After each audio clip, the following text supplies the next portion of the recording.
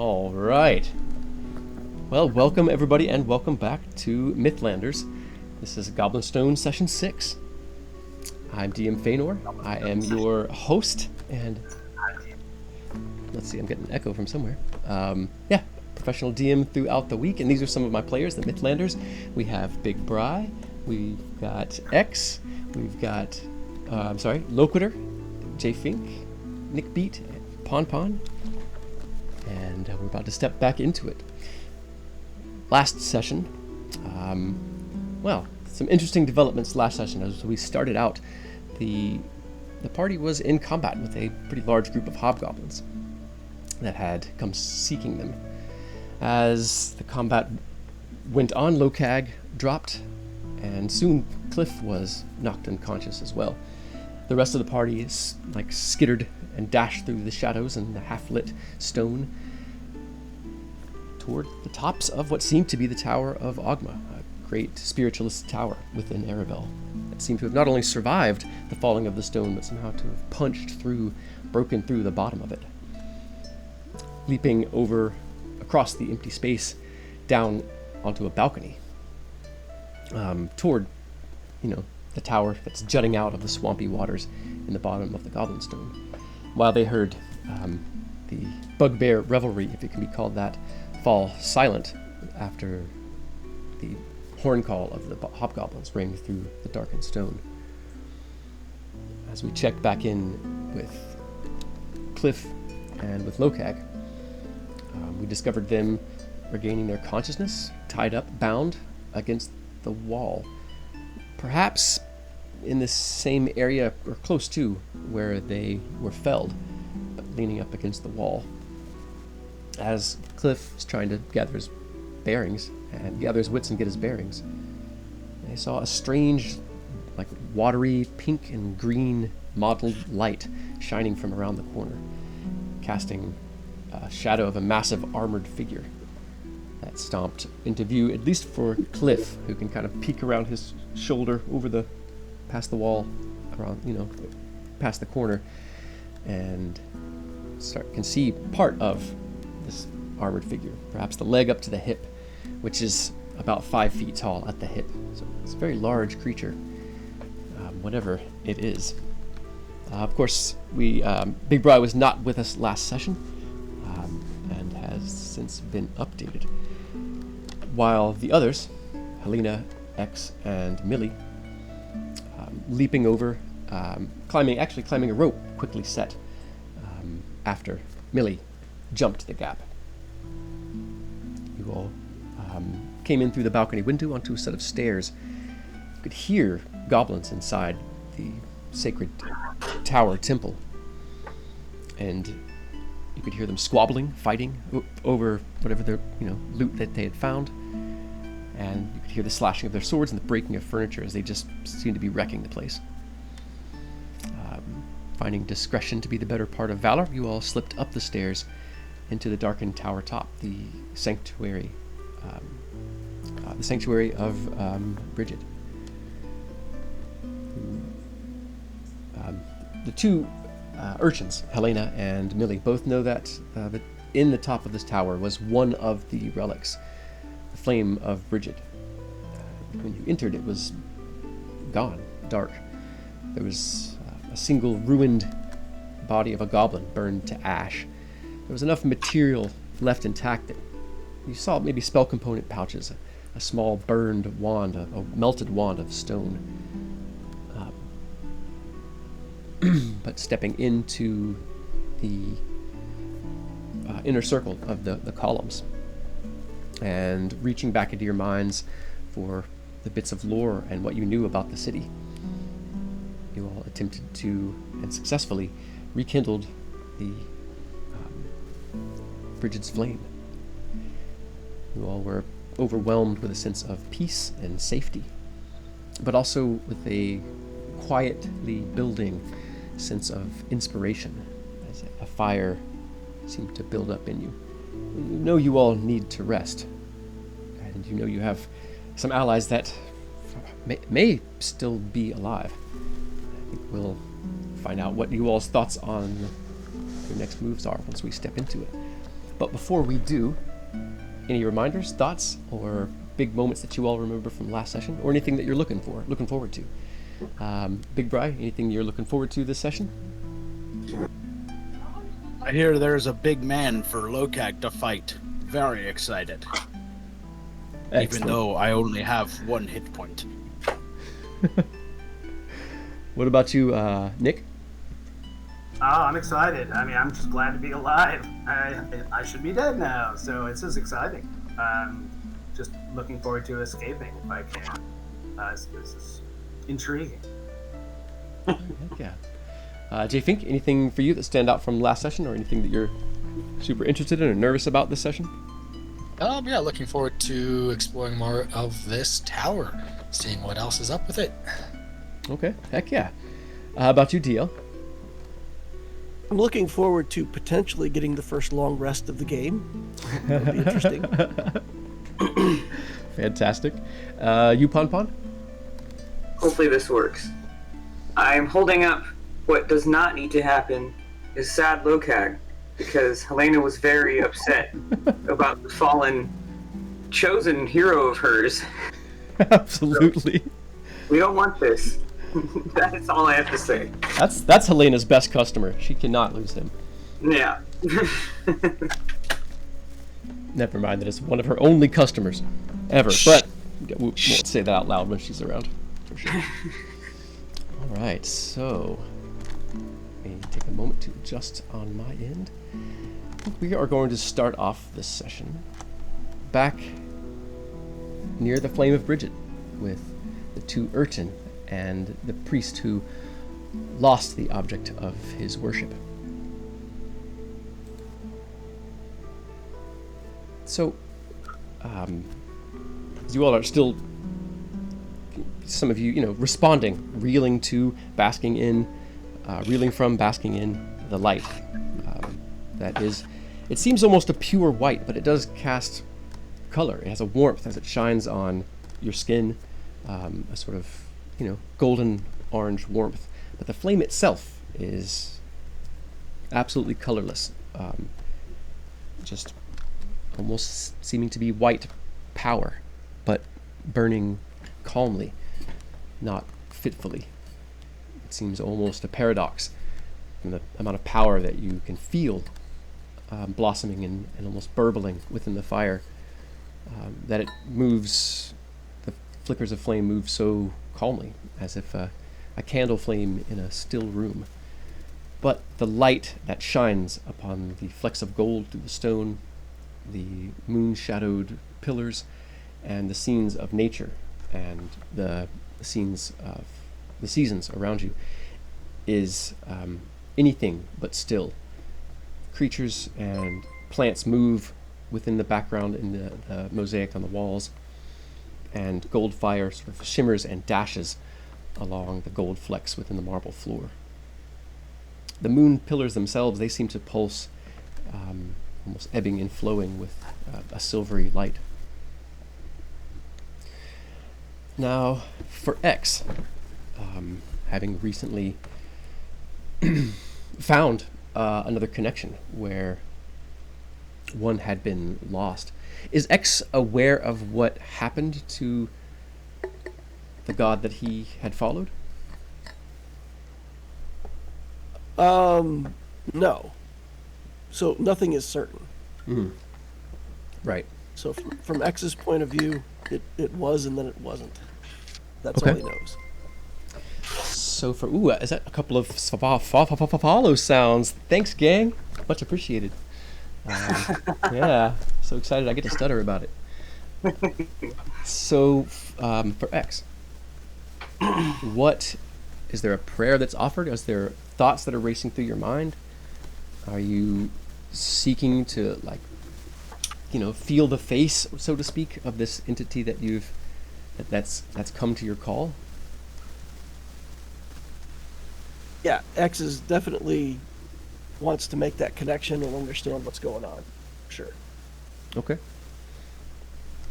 So I think you had mentioned he had kind of, in the last session, you had mentioned he'd kind of fallen down to his knees, perhaps, or something like that, like something like suggesting his body had sort of given way to the experience. Is that correct in memory? Yeah, yes, he's very penitent. He's like, yeah, he's found his faith again, or he thinks he may become a person of faith again, and he's all in on that, right? So, like when the flame gets lit and he has this vision, and you said there was this feeling like the balance had to be restored. Mm-hmm. That's purpose for him. Like that's scripture now, and he is going to go about balancing the scales with all due haste and let's say the ferocity. Like Yeah. he believes this is what's being expected of him by whatever power he's now in contact with. So he's excited, he's enthusiastic, but at the same time very very penitent. Humble about it, right? Like accepting of whatever this new God wants of him. Yeah. Go ahead and make a religion check for me as you pray and sort of muse over what you know of the gods and their relationships and their energies. Most of the Tuatha Dea are heroic entities. A 5, excellent. Not my strong suit. That's all right. That's all right. Most of them are like sort of heroic in their energy. They're very forward. They're very bright. They're very clear. They show their face. They, you know what I'm saying? They were not raiders. They were, well, at least according to the scripture, they brought the light of order and reason to the world and broke the Firbolg Empire, the empire of monsters. So that's the scripture. Most all of the heroes share a couple of those attributes. One is they're great fighters, and another one, is that they are forward and brave and bold. Something about this energy, it doesn't feel like the entity is like that doesn't matter to it. You think this thing feels more. It doesn't matter if it's seen or not. It doesn't care. It's a matter of purpose is being revealed.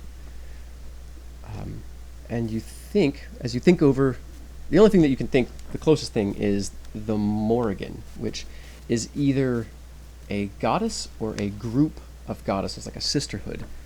There was some debate in the colleges on this. And there were several different aspects or sisters, depending on how you looked at that. So it may be one of the Morrigans or an aspect of the Morrigan, again, depending on how you look at it.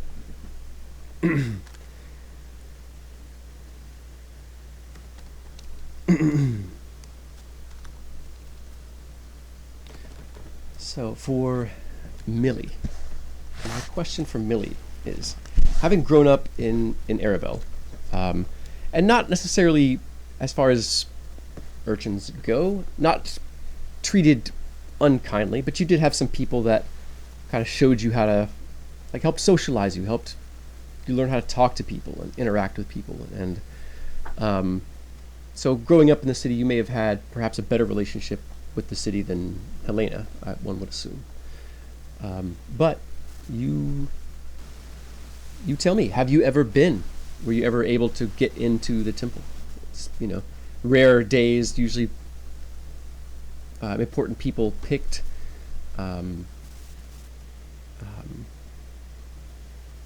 Sometimes probably not. I would say probably not. Although she knew there was one guard who didn't really discipline them, but instead just kind of paid for the stuff they stole. As really the only non-urchin friend that they really had growing up. Gotcha.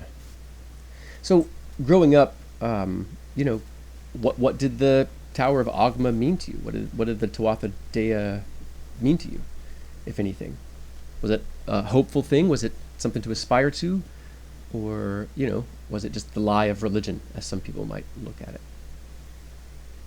It was more just there. I guess, depending on how much, goodwill and things that the Tuatha Dea did for the city, may influence that a little more. Okay. So I think for you, as you're standing in this light, there, you realize there's a phrase that would float around the city. The Dagda is the chief of the Tuatha Dea. They're the king. But Brigid was the heart, the mind, and the spirit.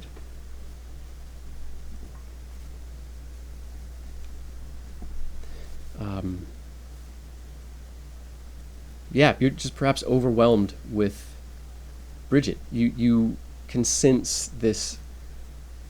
She's the force of spring, of light in the darkness, of warmth in cold places. The fire in the forge, the hearth in the kitchen. In all ways, the thing which people gather around when it is dark, when it's cold, and when things are at their worst, but also when things are at their best, and when things are at their ease. And you might just be sort of overtaken with, it's not a fawning sense. She's not so much a god, like a compassionate, feelingful goddess. She's a goddess of purpose and industry and business, but there's an enduring sort of poetry to all the tales that involve her. And they were always the ones that affirmed life. I think that for Millie, that might strike her pretty hard, seeing this. You all are the ones that rekindled it. Her sort of purpose, the meaning of the beliefs around her in scriptures, and you all experiencing almost firsthand what a light in the dark place can mean. And for you and Helena have always sort of known, or you and Millie always know the value of a light in dark places, having grown up pretty hard. And you could see that light, and you can almost feel it shining through the different Tuatha Dea. It was said that they brought this fire with them. It was discovered somewhere else, that Bridget had mastered it. But it's called her fire because she's the only one who truly understood all the ways it could be used. And for you, I imagine you would see a series of different faces of the gods. And of course, starting with the wise and seamed face of Ogma, the builder, the broad, bearded, laughing face of brave Dagda, Nuwara restored with an arm made of silver, of Brigid, who you think of as the Morrigan, perhaps as a singular figure. Likely didn't get too much into the scriptures and debating in the different sort of colleges of belief. It would probably just be the Morrigan for you. And there are dozens aside from those chief deities. Is there any? Curious if there's one of them that would stand out, or if you think if perhaps Bridget is the one most. That would, I think Bridget is most. the most standoutish to Millie, particularly kind of like of the hearth, of growing things, of kind of the community association with innkeepers and blacksmiths at large. Something she's always wanted to have and tried to keep hold of, even in a street with unfortunate urchins versus inns and whatnot. Yeah.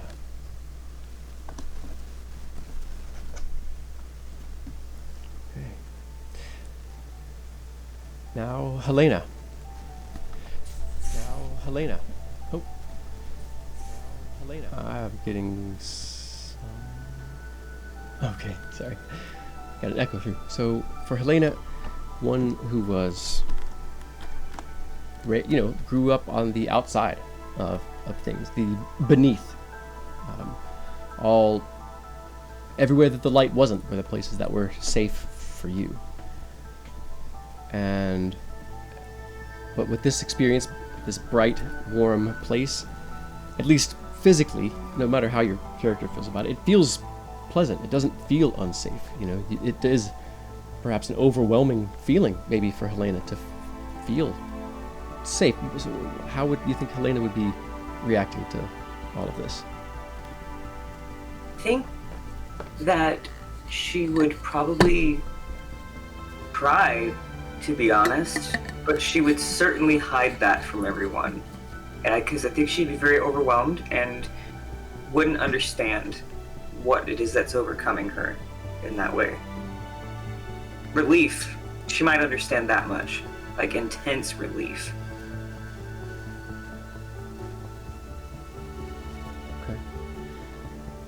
Now, is that like, does she hide those, or is it obvious to the other people in the chamber with her? She's definitely going to try to hide it. All right. With everything that she's with her scraggly hair, with bent posture, her hands, looking at the other direction. Yeah. It's up to you whether you choose a deception check or a constitution saving throw to try to either choke them back or disguise those tears. Deception. I like deception for Helen. In which case, that's going to be an insight for X and Millie. Because, yeah, and unfortunately, you're going to get yeah. All right. So, excellent. I was going to say you're going to get disadvantage on your roll, Pon. Okay. And X and Millie will get advantage. Okay. Because there are feelings in this chamber that aren't yours, that sort of come out of this flame. So you do a perfect job of hiding it physically. And you all, Millie and X, you both can feel these feelings that you feel them as if they're yours, but they're out here. They're in the chamber somewhere. Did you take it as a 3 or a 16? 3. Yeah. Okay. Yeah. Okay. Yeah. Just for the story, for the moment. Yeah. So you will kind of see her turn away, sort of couch into her posture down into herself, and sort of perhaps go rigid, real tense. But you all can feel those feelings, and yeah, you're both certain that that the rat pelt seller, Helena, is experiencing a rush of feelings. But despite her tears, it's not sadness. It's relief for something that never felt before, to finally feel something so much needed, a person that's never felt safe, feeling safe. You all are experiencing that. And so you two can each make a deception or constitution save, as your own emotions are sort of kindled by that. But you can make those with advantage, because the feelings are outside of you, outside of your body. Can X just choose not to hide anything at all?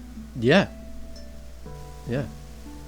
Now it's up to you what that emotion looks like. It might not overwhelm you. It's definitely not your feelings, But X, what is that? How does he respond to this? It's empathy, I know that she's experiencing emotions, but I also know that she's trying to hide it at the same time. So it's just kind of like an empathetic nod, like, yep, that's it. How about Millie? I think Millie is just kind of watching. There's a kind of a nod, like of acceptance of mutual understanding.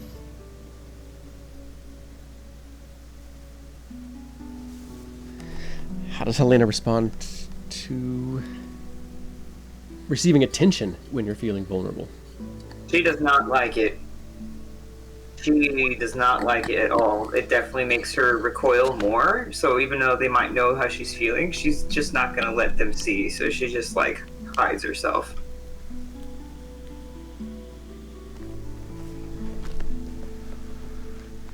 And you two could pretty clearly feel the flow of emotions, that sort of maybe shame sort of wrap up and harden in a shell around that more tender feeling. And you all go ahead. Yeah. Kind of reading her emotions there. Millie's gonna just kind of want to take a look at these pillars and just kind of let her process. Okay. So what about X? Looks like X had to step away for just a moment.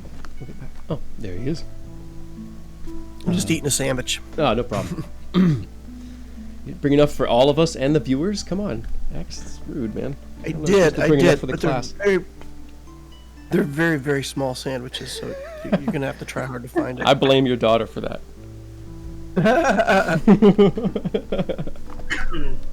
That's an inside joke from It's our way our inside. campaign. Yeah, she's obsessed Yeah. with tiny sandwiches every time they travel on an expensive ship. Yes, have to have tiny sandwiches. X, as you can definitely feel this play of emotions from Helena as she steps away. Millie steps off, giving Helena her space. What does X do? I think X will do the same, and it seems like a good hint. So I'm gonna start wandering over toward the stairs to see if there's some way to secure the entrance exit from this room. Because right now the stairs are just open, right? Like anybody could walk up them. Yeah, for sure. So I don't remember there being a door, but I'm just gonna look and see if there's any way to secure the entrance here. What you see is built onto the railing are two hinged panels that are also grated, sort of, railing. One closes down over the top, and one closes the front, and both ordinarily would be padlocked. You see that both the padlocks are locked on the open gates. The gates are sort of set back and folded around out of the way, like up against the wall. So it's possible to close them, but to lock them with those locks, someone would have to pick the locks to be able to do so. So as X is sort of looking around, examining this, Millie, you're pretty observant. You can see what X is about, trying to secure the perimeter. Start thinking, well, it looks like he's settling in to rest or do something else. And perhaps for Millie, what does Millie come up, say anything? Any response, questions, anything like that? X, do you need any help over there? I do need help. What are you trying to accomplish here?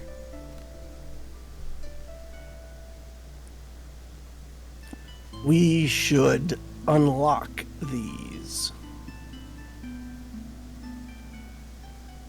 Well, I can start working on that, I suppose. I will go try to unlock the first one by the front facing. Items. Select of hands with guidance. That's silly. Guidance. Now, while you were tricking out the rolls there, now remind me, X is, you're like unnaturally tall and sort of skinny, right? Is that how you described X? He's tall-ish. Oh, okay. Not like super tall, but he's just kind of like, I don't know, let's say 6'2" and weighs like 120 pounds. So he's very gaunt. Okay. And Millie, how tall is Millie? Millie's like 5'5". Okay, that's what I thought. So there's a large size difference as you wander over to ask X if he needs help. X, do you have Thieves' Tools proficiency? Or sleight of hand proficiency? I do. I'm actually a level 1 rogue, so yes, I'm good with all that. Well, since you're essentially Millie, he's helping X is helping you.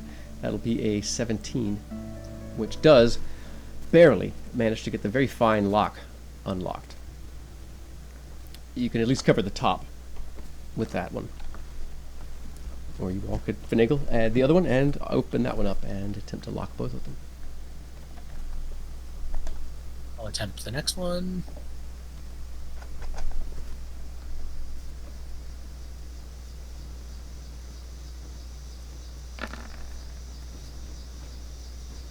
All right. Also I'm with still getting help. yep, you are still getting help. All right. So 14 is not going to succeed on this one. X could give it a chance, and you could help him. But you're somewhat stumped on it. You got the This last one. one's possibly corroding. I don't know. Elena should try this. What should I try? Unlock this lock, please. Yeah, okay. Sure. Comes over. And I'll do the same thing and try to help her as well. Okay. Sleight of hand.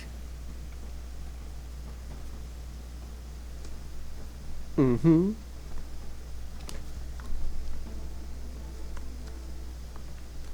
All right, with a 19, you manage to unlock the other fine steel padlock. You can now close both of the gates and lock the stairs to the inner sanctum safely, closing them off from below. As you all are doing this, you can still hear the goblins tearing apart, breaking furniture.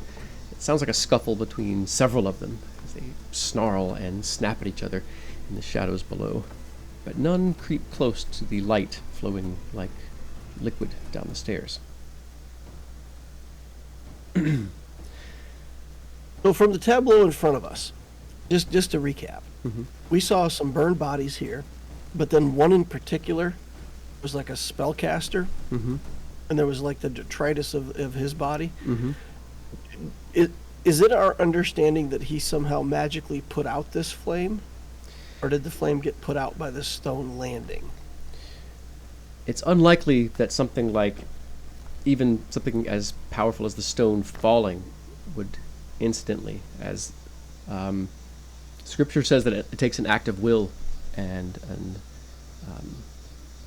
act of destruction. And all the destruction of the stone falling may have just been incidental to the real plans. You surmise that the goblin burned itself out, either trying to steal the flame or use it for some purpose. Okay. Okay. So as you all I can't go ahead. recall. Did we look through the bodies already? I don't think so. I don't think Spent you some did. time doing that. Okay. These goblins, there are just a few, 3 bodies that you find. They have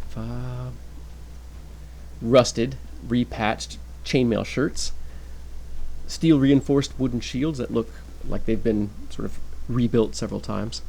Their weapons have been cleaned and sharpened. They have small pouches with some personal effects. Looks like the shaved edges are flecks of metal, polished metal ore, and some uncut gems, very small, like the size of a baby's pinky nail, perhaps. You find a ball of filthy string and a needle in the pockets of one. You find what seems to be a rotted wooden ring that looks like it would fit on someone's pinky in another one's pocket. And in a third, you find an impossibly curved knife. It is stained with blood, and everything about it tells you that this is some sort of ritual tool, or perhaps a keepsake. But no other signs show what specifically it was used for, aside from some form of bloodletting.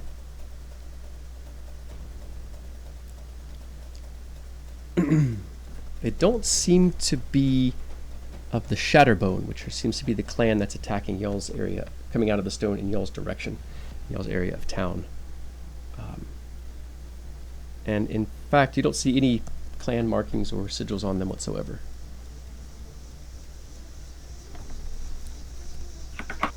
You do see what looks like a skull, roughly scrawled on burlap, like flags that hang on their belts. Looks like a skull with X's over both eyes. Looks like a sigil of some sort, but you don't have a name to go with it.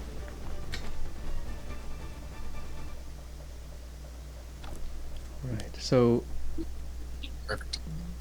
what is so Ponpon or Helena? As your allies sort of bring you out of it and help get your mind on a task. What is Helena thinking about what to do next? What are her thoughts? I guess she's sort of either along for the ride or just hoping to take advantage of everything. But Well, I think she doesn't. I think this is kind of out of her just knowing. I don't think she knows what to do with what she has available to her at the moment. So she's definitely along for the ride at this point because danger feels too imminent to do otherwise. for sure. But if she sees something that she can knowingly take advantage of without much threat, she would definitely do that.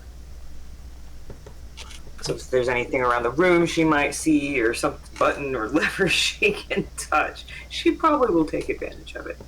There's nothing like that. There's one door that goes out onto a balcony.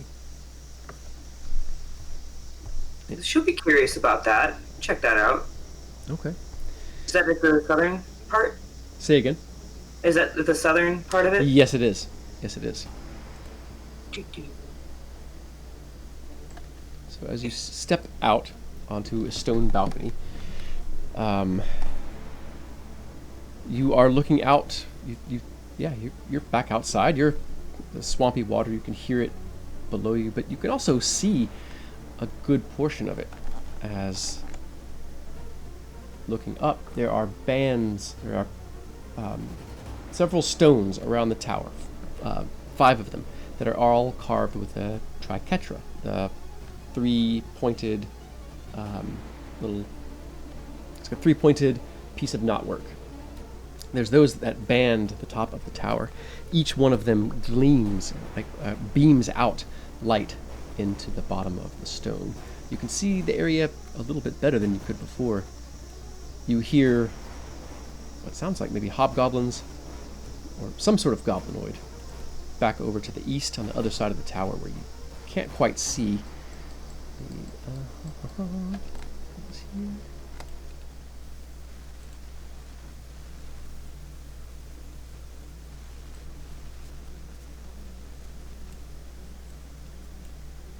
Goodness.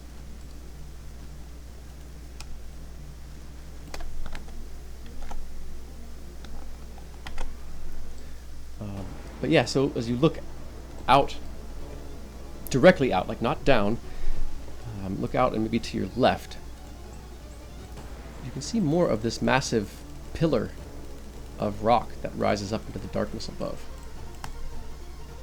Ping that on the map here. Try it again. That area. It's hard to see much else, but the tower is just beaming out light into the bottom of the broken stone. And yeah, anything particular Helena looks at or toward? Wow, that's a lot.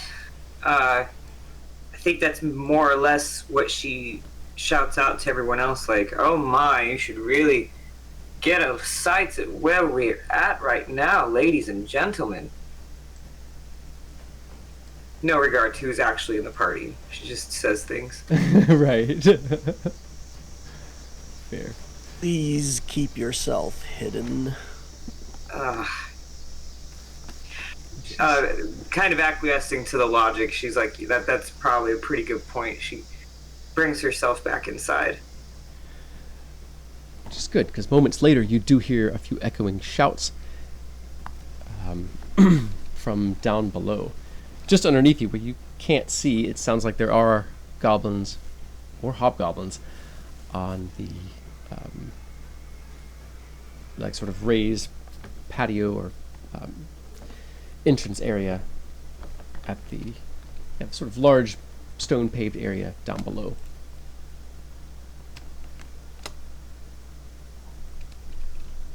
And you can hear sounds echoing up now from windows that ring the base of the tower, the laughing, fighting, shouting, and cavorting of goblins inside the bottom of the tower.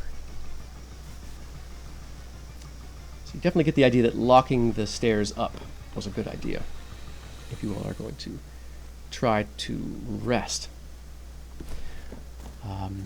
But yeah. So, have there any thoughts of your other allies, of Clifford, Lokag, come up while you all are preparing the safe space here? Any thoughts about them? Yeah. I think I imagine, sort of co-experienced what they felt too, knowing that she at least shared something very profound with these individuals. And I think she's definitely, especially coming back into the room, even being asked to come back, like, I think she's just kind of has another wave of this, oh my gosh, I'm part of people who kind of care about me for whatever reason. So she's not much for words at the moment. All right. Well, as you all prepare yourselves, I think we will slip back down. We'll slip back over to Lokag and Clifford. Not too far away, but not quite, definitely unaware of what is happening with the rest of their allies. So, Lokag, Clifford, you all's backs is against the stone. Your hands are bound, although Cliff's quite a bit more loosely than Lokag's. Likely for a few different reasons. The two of the hobgoblins, and you think one of the captains, you've heard a name, Gearlug. It's probably how the closest thing you would use to pronounce it. Gearlug, something like that. Others seem to defer to him. He has his helm is painted a bright red color, and his weapons are much more polished and in much better order than the others. He and two other hobgoblins are silhouetted by this wavering liquid pink and green light. And stepping into view is a massive figure. 12, 14 feet? It's hard to say, you all are sitting down. But yeah, you see what is piecemeal armor. You see, well, Clifford, yeah, you've been around city more and different types of buildings and structures. So his armor is comprised out of things that are mostly not armor. Massive connecting plates that would connect panels of a wagon, massive wooden panels of a wagon, or attach an axle to the wagon frame, and having been flattened out, bent, and reshaped. Everything seems to have springs or cabled metal cables connecting it. As it steps out into view, that light expands outward. The captain sort of elbows one of the hobgoblins in front of it in the shoulder, as both hobgoblins sort of start to shrink back from the light in this massive form. Gearlug shouts, familiar. I think we heard this at the end of last session. Gearlug saying, "Leave us, Tin Wizard! We are not afraid of you!" And the creature replies, "All who are wise fear Merlun. Merlun will eat your magic. Make potions." As the light continues to grow, the hobgoblins raise their shields, bolstered by their captain. step forward toward the creature to fight for their claim, their prize, the two captives, Clifford and Lokag. As things begin to move in earnest, go ahead and highlight your tokens and roll initiative for Cliff and for Boy. Lokag. All right. Do it. Oh, great. Excellent. Well, it's not like we're gonna, I like going at the end. See what they do first.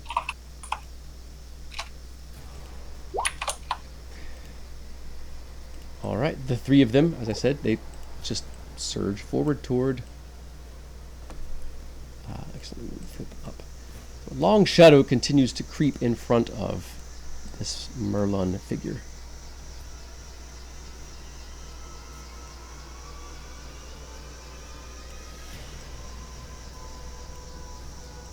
So the figure comes out into view. Cliff, you get a good look at the strange thing. And the hobgoblins surge forward. The shadow itself seems to widen and shrink along the ground. Am I getting the full willies? Am I creeped out by this guy? You have no idea. The voice is high and screechy, almost like the screeching metal joints of its armor. The light that is playing out from it is, they're both decent colors on their own, but together it almost makes you queasy sort of watching it. Yeah. Cover my eyes a little. You can make my eyes. You can make an insight check to see what. Sure. Yeah. Oh, okay, fine. 15. Okay.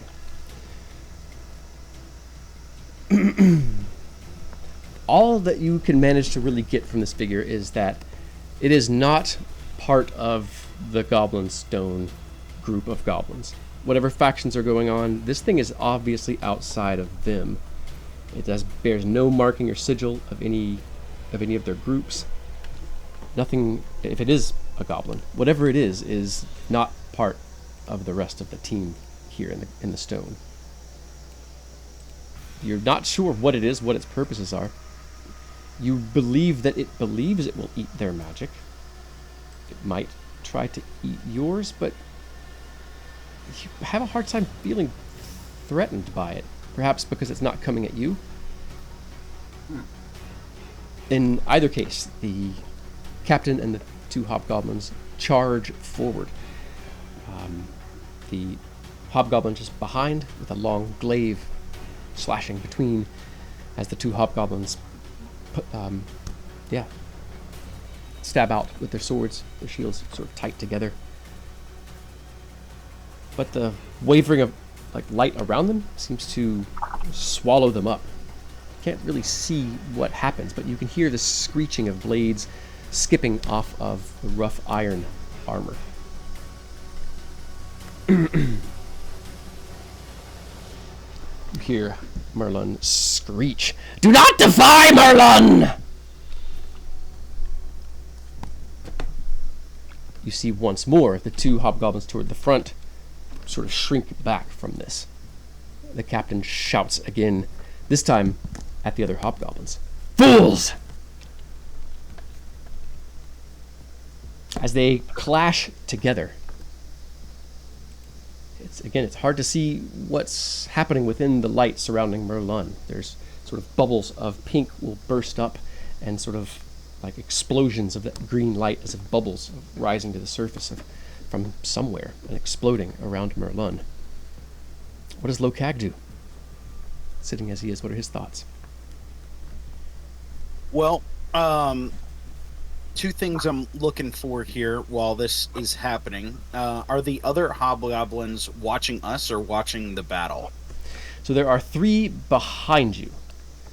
One you recognize as having his crossbow broken and having, pulled a muscle when attacking you. Two others that survived you all's attacks seem to be guarding you, but the two most wounded have their crossbows out aiming sort of between you and Clifford and the other group with Merlin. So one is a bit closer, has his sword out. Actually, he would, not right up on you, but his sword is out. He seems ready to move to block your path or to stop you if you start to tie yourself up. The two archers they're ready to action, perhaps, is either attacking you if you move, but maybe attacking Merlin if they get a shot. It's hard for you all to tell at the moment. Cliff, you think they're gunning for you with that insight check. And where is does Lokag see his hammer anywhere? Yeah, where's our stuff? Yeah. Well, you see what looks like your packs, just on the other side of the hobgoblin. You definitely see your hammer and your weapons. And Cliff, you think you see you think it's your pistol is underneath this hobgoblin's belt. Bastard. Okay. I think Lokag is going to try and. Oh! Did he understand anything that they said, or was it all in Goblin? It was all in Goblin. Clifford Okay, can give you great. like a look of like, wait for your moment. You know, he kind of gives you like this look like, you know, wait for our moment. Okay. Yeah, Lokag, and the last thing, he wants to take an assessment of he knows what kind of shape he's in. What kind of shape does Cliff look like he's in? In fact, he may even lean in and just like kind of still getting his bearings from being knocked out. You and I have a lot in common right now. how are you? Yeah. It's not looking good, pal. Okay. Are my hands tied in front of me or behind me? They are tied behind you at the moment. Great. Up against the cliff wall, is there any sharp edges? Yes, there are a few. Great. I want to feel around for a sharp edge and try and post my ropes up on that sharp edge. I don't necessarily want to start sawing right now, but I want to try and, if the situation presents itself, use that sharp edge and my strength to kind of like give me a bit of, for lack of a better word, advantage on trying to like break my restraints. It is rope, right? Yeah. Okay. Yeah. All right. Maybe Okay. give the ropes a little test pull to see how well they're doing. Okay. Yeah, you think you could... I mean, it might take a minute or more to cut through the rope on that jag of stone. But it also looks like something you could sort of... that would just hold on to the rope if you wanted to try to stand up and break out of your bonds. So it looks like you have a couple of different options. One will be faster and much more obvious, of course. Yeah. Cliff, can these things understand us? I don't know. Well, we need to get out of here. I want to fight that thing, but I'm not in a shape to put on a performance worthy of this crowd today. We need to get out of here. The nearest one shouts, juts his sword toward Lokag, and says in very rough common, "No talk!" Ooh, nice. Okay.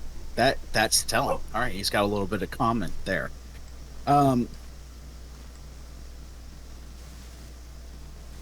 Okay. All right. Lokag is just gonna stare at him, but he's gonna ready in action his action's going to be to just, if the moment presents itself, like stand up, raking the rope across a sharp, jagged edge of the cliff, and trying to pull it free, break it free with all his might. So he's going to reserve, sit ready, just tense, ready to move. All right, gotcha. All right, Lokag ready to burst free. What about Clifford? How's Clifford reacting to all this? This is tough, but I feel like I gotta try to get a spell off, and if it works, then I can do something, and if it doesn't work, I can't. So he is going to try Zephyr Strike, which will hopefully allow him to very quickly get us out of here. And I forget the roll. It's a nature roll, or it's a survival? Insight? I think you let me do insight. Yeah, well, it depends on the type of magic. If it's sort of primal or sylvan based, then it's going to be nature or survival. Alright, survival then. Yeah, All or right, yeah. Sylvan. Is 11 enough? What level is the spell? Okay, First. sorry. Yeah, then yes. Sorry. Thanks for quickly answering that just for me. barely, huh? Mm-hmm. All right, so he starts saying a bunch of mumbo jumbo, and I don't know if they can tell with it's magical. Only has a verbal component, Mm-hmm. which is pretty nice. So I might try to make a break for it now. Is there a way for me to get that pistol? Is that it's going to be an action to grab it, right? Yeah. Yeah, if you could, a sleight of handshake might do it. If you get close enough, you'll be risking an attack of opportunity. You could an athletics check just like an attack, so to speak, but an athletics to just reach in and snatch it before you can move. Either way, you're going to be risking an attack of opportunity from the hobgoblin. Yeah. All right. Well, that's like my character's main motivation. Fair. He's going to make a break for it. So as he's trying to make a break for it, I think that's a trigger for Lokag. If you want to go and go ahead and do your roll. I was gonna say, can Lokag help in any way? Like maybe grapple the one with the sword. Once you're free, if he can break out. Oh yeah, he's got to use that action to break out. I'm just saying, go ahead and do it now if you wanna. Or wait. Right. I assume that's your trigger. I'm starting. If Cliff's moving, Lokag's moving. Yeah, Cliff's moving. He's going. He breaks free. Cool. And he's going for it. Yeah. Hopefully you break free too. Then we can flank him or something. all right. So Lokag, you need to make an athletics check to break free, and Cliff, you need to make that sleight of hand with advantage to break free. Awesome. All right. Any help from the sharp cliff or anything for Lokag, or is it just a straight roll? I had that as reducing the DC instead of the bonus. Fantastic. Yeah. 20. Awesome. Cliff, you easily and expertly slip your bonds. You've been on both sides of the bounty hunters game. And Lokag, Yes. you've started out arena fights by being enshackled and broken free. So this is familiar territory for you as well. You all both break free and surge to your feet. One hobgoblin shouts and steps closer with his sword, tucking his shield up, does not swing. But the other hobgoblins have readied actions for when you all moved. So they each go to attack. Yep. Oh my goodness, these rolls. All right. I mean, it's pretty impossible then if they're just gonna. Yeah. Yeah. At least All right. while their actions are readied. So Yeah. as you all, Cool. Lokag's down. Yeah, we just go down. All right. Yep. No chance to move and kind of face him, I guess. as soon as you stand, you stand and become a threat, their readied action was to make. Well, you're not charging away. You rush him. So in either case, their readied action is to try to put you all back out again. All right. Is the sleight of hand roll good enough that they can't tell that I've escaped yet? Maybe it's enough that they wouldn't see it because of the sleight of hand being so good. They wouldn't know that I've escaped because I haven't moved yet. Is that possible? Well, let's see here. 'Cause If it's you like had a- if you had slipped the perception. bonds and gotten up, you would have had to have slipped. You know, they would have known you slipped the bonds if you got up, and you getting up was the triggering event for them to make an attack. Getting up and moving alright. toward them. There's really no. I mean, we don't have. All right, not much we can do here. All right, we're out. Okay. All right. So as you all, pain lances through your sides again. You all, everything goes dim for an uncertain amount of time. Run for it, local. Yeah. There, that pain blossoms again and just sort of overwhelms your awareness as you all float again back up through the layers of consciousness toward the surface. And when you come back, it is a different place altogether. Give me just a moment to adjust a couple of things. As this strange warbling light is now streaking and dancing back and forth, you cannot see the hobgoblins inside of it. The hobgoblin nearest you, you can see 2 discarded vials, as he is, he seems to have retied you and given you something to stabilize you and keep you from dying.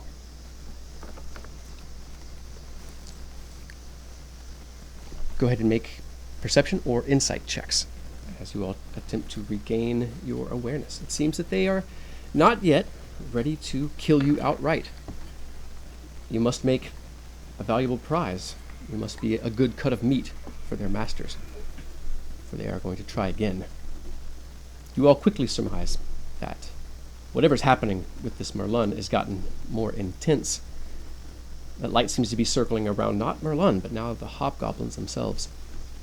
The captain seems to be backpedaling, stepping back, trying to stay out of the light. The 2 nearest, the 2 wounded hobgoblins are now firing toward Merlun. Their actions spent for this very moment. Let's see, Merlun. Yeah, again, because you wake up as that light is expanding out. Captain, the captain is again backpedaling, and they were all engaged aside from the hobgoblin, the one armored hobgoblin who is, you think, just finished reviving Clifford after tying you. The other thing that's different is there is light now. There is a beautiful, warm, golden, silvery light flowing from this bright thing standing out over the pit in the center. And you can kind of see the outline of this place and get an idea of how vast the cavern itself is.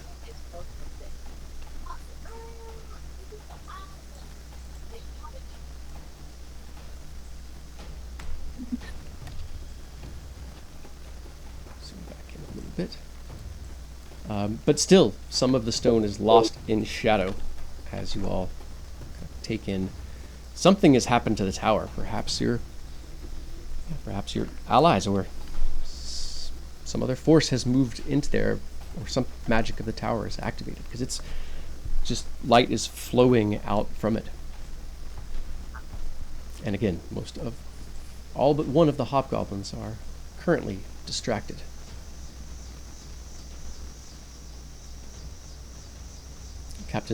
The captain pedals back. He gives a sharp command, and amidst their already constant motion, the 2 hobgoblins you can see, the 2 archers, the 2 archers and the one who's bound you back up, all suddenly move very quickly. The two hobgoblins both firing another bolt from their crossbow toward Merlun. The hobgoblin nearest you positioning itself as if trying to get closer, but still without sort of breaking contact with you all. Trying to watch you all closely, but also watch the developments in combat.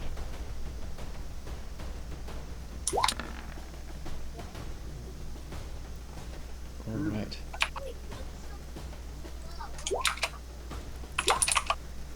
So, Lokag, you're now laid on your side. You're bound probably... It seems like you're bound about as well as you were before. Now, yeah, you're kind of coming alert. And you don't know how many of these times these people are going to revive you. You assume at some point they're going to get tired of your antics or your attempts to escape and kill you.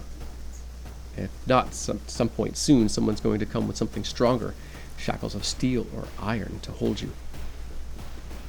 There's a sound like a screeching storm just to the east of you, that light playing around the hobgoblins and this Merlun figure, continuing to spread outward. It's getting dangerously close to you and your allies. All right. Lokag is going to say to Clifford,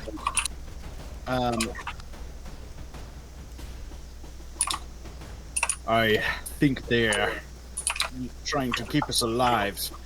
Perhaps we should see how this plays out. And then they don't seem to like each other much, but we need to perhaps back away a bit. It's a little close. I'm not exactly in any shape to take another hit. He's like, Cliff's kind of waking up and just angry and looking at the pistol and being like, "That's my goddamn pistol! I'm gonna get it back!" Lokag is going to try and sit up and scoot back a ways, a little bit of like try and scoot back towards the packs that are down against the wall, but not quite reach them. Yeah, you know. Well, are the other goblins even looking at us now? Because this one's trying to keep his eyes on you, but you don't think you can make that perception check. Yeah, his eyes are spending more time looking at Merlun and his other hobgoblins than it is looking at you. yeah, Lokag's gonna try and sit up and scoot his way towards the packs. Maybe about how far are they from Lokag currently? About 15 feet. All right, he wants to try and scoot 5 feet towards them.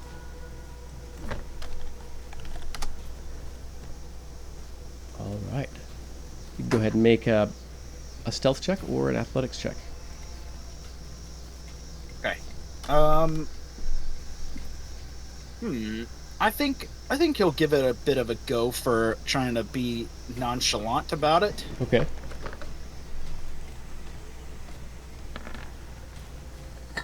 $13.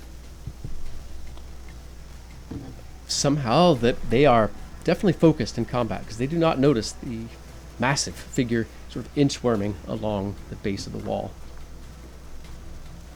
All right. So he's moved 5 feet closer to these packs. And he wants to be, instead of laying down on his side, kind of rolled over, maybe even disguised it as like a roll onto his back and kind of like doing a sit-up to look at the fight going on.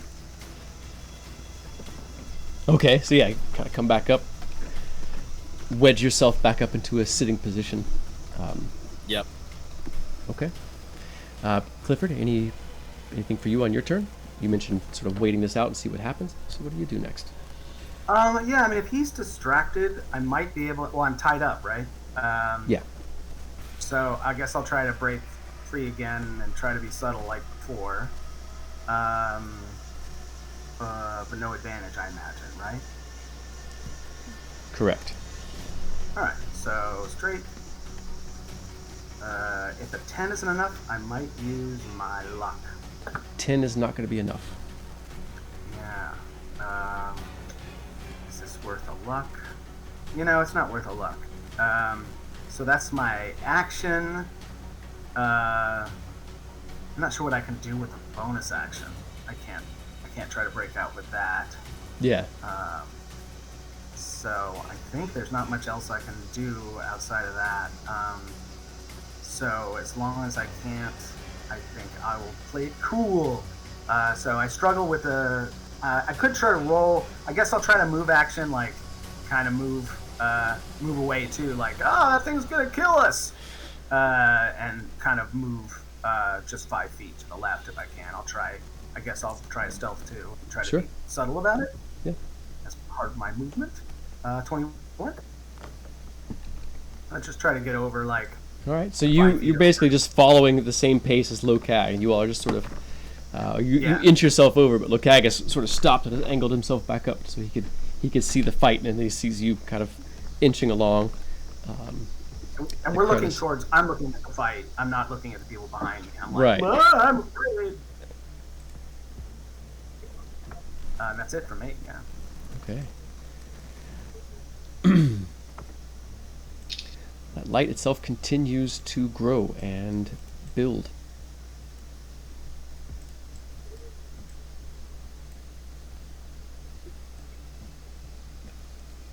Fury of light and sound continues to grow, and you can see now, Cliff, there's tendrils of green and pinkish mist, almost like creeping toward your face, don't be pulled away by the whirlwind that's emitting them.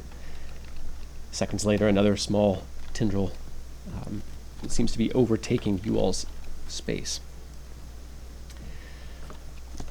As Merlin says, "No one steals the prize of the great Merlin! You will respect me, or you will die!"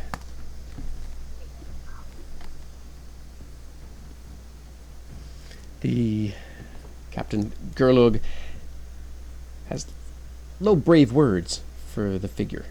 He is attempting to pull back. You can hear the figure shouting. It's hard to tell what he's saying. Battle commands, short, pinched words, the whirl of a magical storm around this armored figure. So it's hard to know exactly what he's saying, but once he steps out, you can see by his body language that he is calling a retreat, having the others pull back.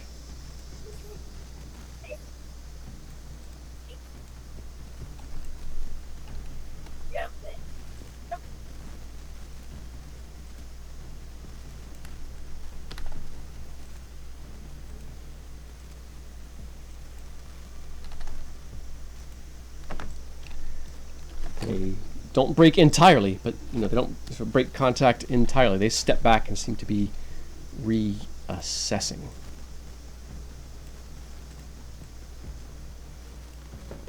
The two archers step out a bit wider and begin to unload into the storm of colored light. You hear a booming out from inside.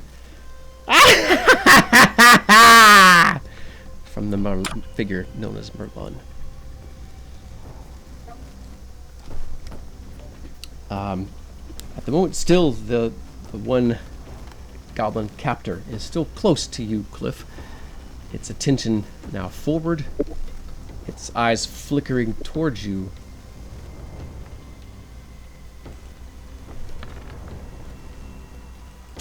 It seems to have not noticed, your change of position. It looks down as if to check that you all are in the same spot. But it doesn't, perhaps in the rush of combat and all the pumping of adrenaline through his brain, details are being left out. And Lokag, for a moment, you see something that you respect. A love of combat, so studied, so ingrained, and so deep, that they probably live military and combat doctrine. you can see that that's what's distracting the hobgoblin. There's the glory and honor of combat right there, and he's forced to babysit. So, what does Lokag do?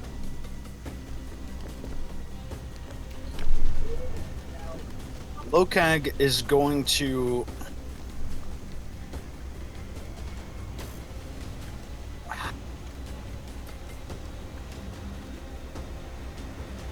I had ideas whirling around my head just now when you said that, and then it broke what I was gonna do. So, Oh no! or not broke, but just like gave me a harebrained scheme, and I'm like, should I just stick to my plan? So, what? Well, you know, we're gonna have some fun here. Lokag, I clearly understand some common. Lokag is going to. He's going. How are the archers? Are they fully engaged in this Yes. fight? Are they just? Yeah. All right. Firing as fast as they can reload. Lokag is going to do a sit-up and kind of like crisscross, his legs, and he's gonna get up to one knee from that position, and he's going to shout at the one that's guarding us. Are you just going to let your comrades die? And looks like they could use your help. Make a persuasion check. See how much emphasis you can put into your tone. Maybe. 13. Clearly doesn't understand your words. The look on your face, your sort of defiant pose, you sort of jerk your head toward the others and jut your chin out at him like in a challenge. He seems to catch your meaning. He looks back over toward what's happening nearby. Give me just a moment.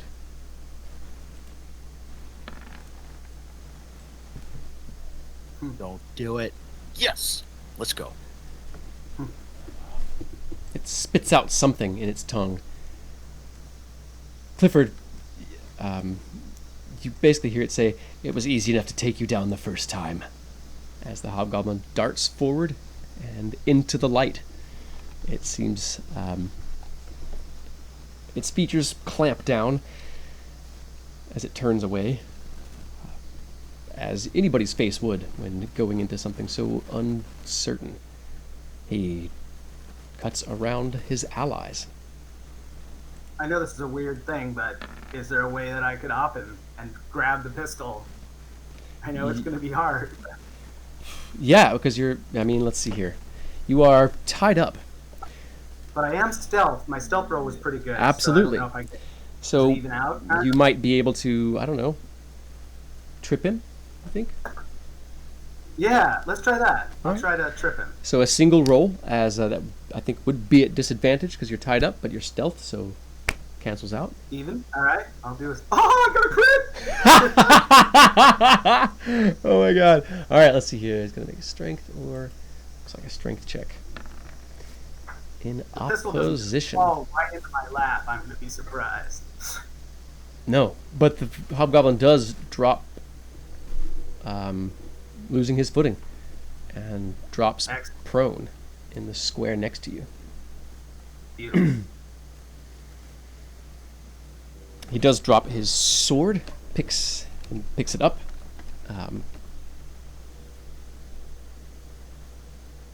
turns, gives a sneer that promises a good kicking later. Let's see here.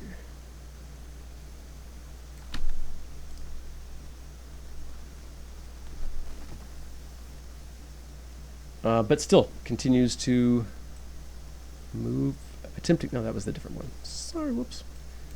So that was going to be here. We'll trip there. 5, 10. Still can only get so far. But it slows him down, but it doesn't stop the hobgoblin from stepping into this insane fray with your pistol. Darn But you haven't even gotten to fire it it. yet. He's got the pistol on him.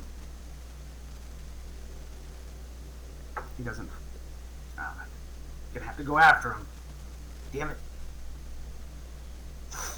Or hunt it back down for later. Yeah. Let's see here.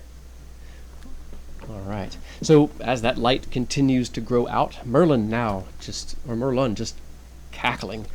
It's sort of echoing out with a tinny sound through its armor. One hobgoblin racing into the fray, taunted to do so, the others ordered to fall back. And beyond that, to the north of you all, unseen as yet by you, bugbears and hobgoblins are arranging themselves mostly toward the edges, the shadows, peering out at this light, now tainting the beautiful darkness of their goblin stone. And within, basks in the light of an ancient goddess, decisions to be made. I think a short break, and then we jump back into it. Does that sound good to everybody? Sure. Sounds good. All right. Yeah. I'm going to step away for just a moment. I'll be right back. I Need to turn my mic off.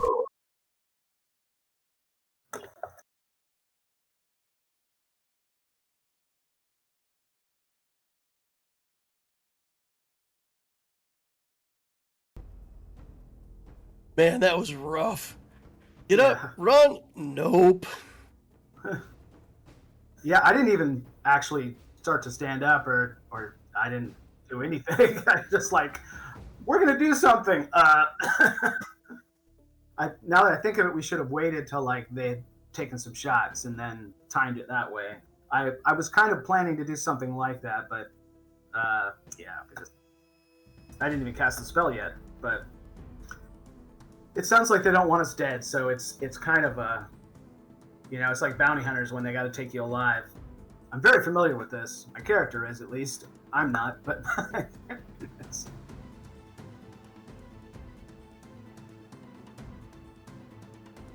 Yeah, that was rough. Yeah.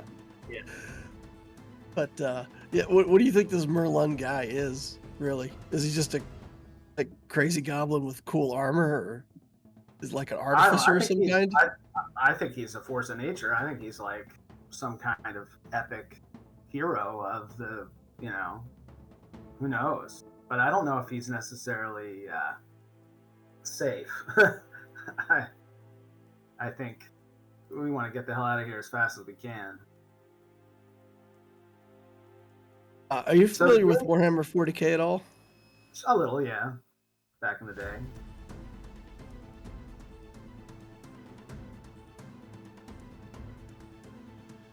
But there's a lot of the monsters have that kind of crazy bunch of junk, like the orcs and stuff. Yeah, it's kind of like an orc in dreadnought armor or something like that, with all kinds of big clanky parts, and some of it works sometimes and some of it doesn't, and as long as it makes a lot of noise, it's perfect. Like A lot of orcs Warhammer value. stuff. But we've got a lot of like weird body parts. Yeah.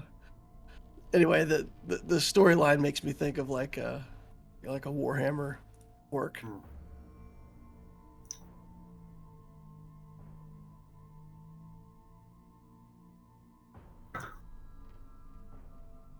I'll be right back. I'm gonna grab something. Hey.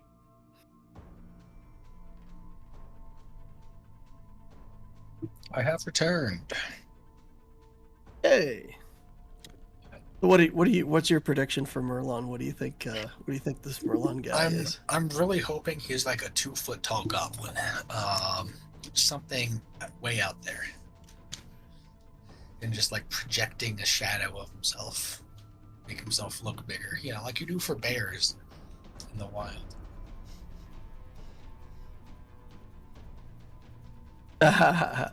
Yeah. Like some tiny guy in like foot thick armor or something, just Yeah. traipsing around. Really tall boots, He's got like a bucket over his head. Yeah, I don't know. Half of my mind is like maybe they should just submit to Merloon, become his assistants, and start drooling the stone. Yeah, and options. We have options at this.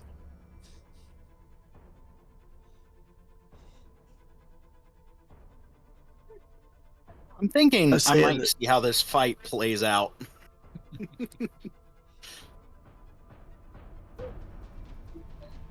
Because even if we were gonna run, where the heck are we gonna go? Just submit to Merloon, become his assistants, and start taking over the stone. It's Plain, it's simple. I'm sure he won't kill you for what you have. I mean, they did No, go. no. I don't have any magic stuff. There you go. I'm thinking we go east or go west, away from everybody, and just Backwards. Just start crawling back down the cliff. well, we could. I mean, yeah, I don't know. If I was thinking we could rush the two archers and push them off the cliff.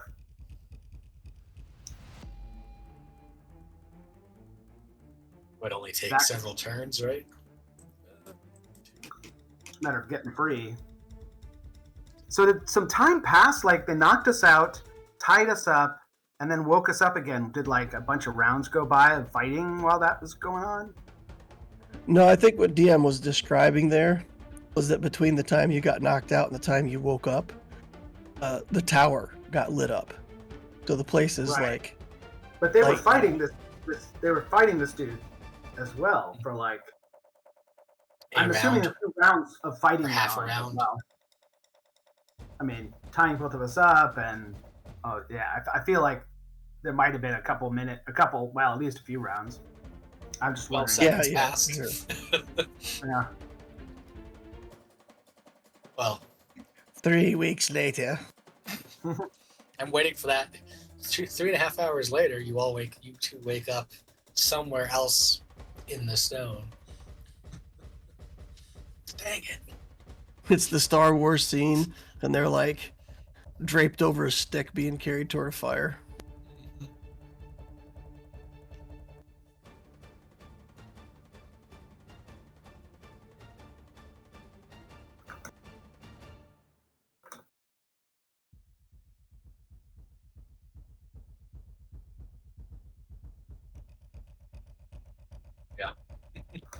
The goblin, Merloon, you are now meat for Merloon. Perhaps so. We were discussing what Merloon actually is. Could be potentials. It's definitely speaking in the goblin tongue. My vote is that he's a goblin in Warhammer 40k heavy orc armor. That's why. He's got loud guns and pink and green auras. Perfect. Let's go.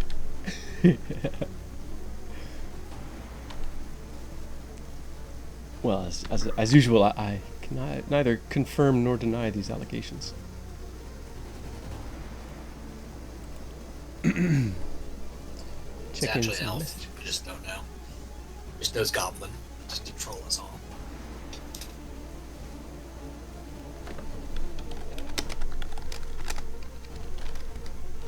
It's actually just a really ugly halfling.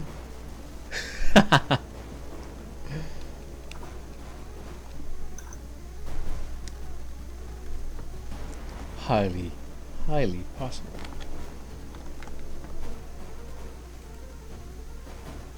Pom, pom, pom.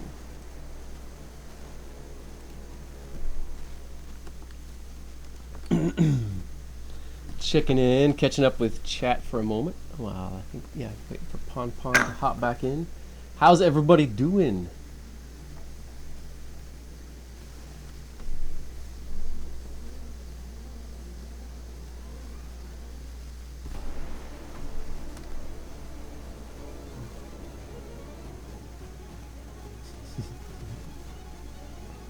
I'm responding. I'm half dead.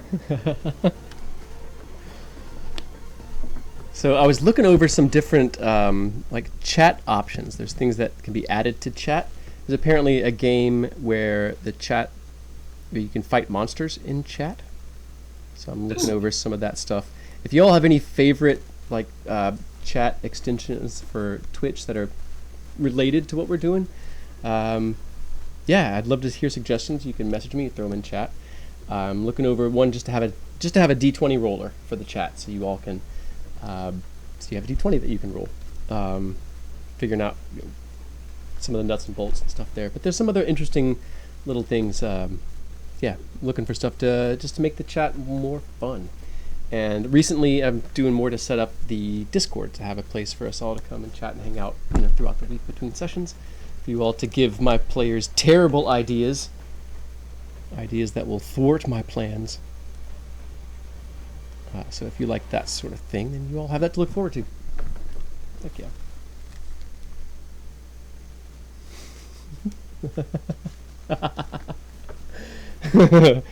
Yes, only bad ideas will be accepted. And yeah, nose goblins. There's yeah, I think we could have more Ren and Stimpy references. I could certainly handle more. So, let's see here. Oh no, I'll wait for that until we're back into the flow of play. Yeah, in general, question to chat: how everybody's doing this week? Is there anything new? Anything you all are excited about that you want us to celebrate with you, or anything rough going on for you? You want a little commiseration about, or watched any good shows lately? Welcome back, Pon Pon. Thank you. Hi. Yeah. Just chilling, doing some shenanigans in the background and checking in with chat. All right.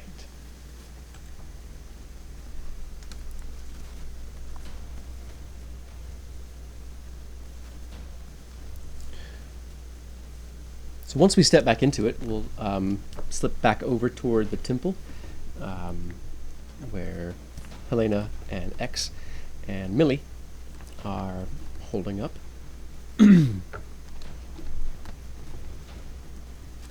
See what you all's plan is before we slip back over and check back in with Cliff and Locag.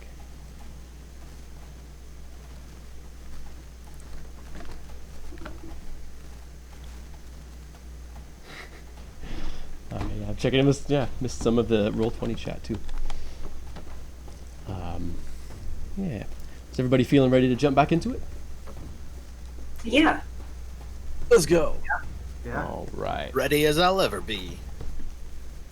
Okay. So back in the temple, X, sort of feeling out the dimensions of this new figure that's come to answer your prayers. Thinking over what you know about the lore and how that might square with what you're feeling, and that dictum that was given to you. Not dictum, perhaps, but that that path, perhaps oath, what this god is asking essentially for its power. Aside from sort of respecting it and believing in its power, there's also other requirements, and this seems to be a balancing of accounts for the souls taken before they were supposed to be taken. And that may also lead X to think over what that means. This goddess thinks these things were taken before their time, which means from some divine perspective that this wasn't supposed to happen, which means that whoever did make this happen is able to thwart the gods themselves or the visions that they foresee in the ordering of the universe.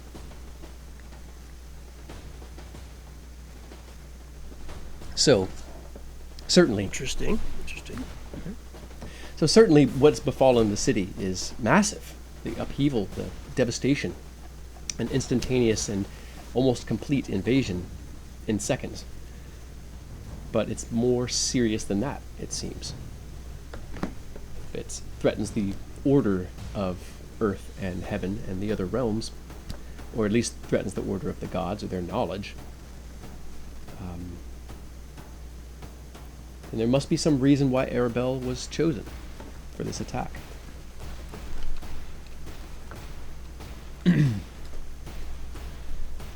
Millie might be thinking something similar, but Millie might also just be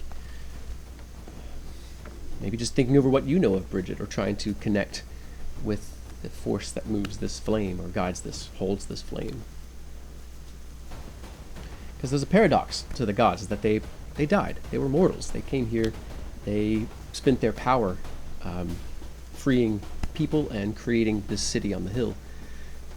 And they did not rule the city. They fought the war, and people of their host that came with them,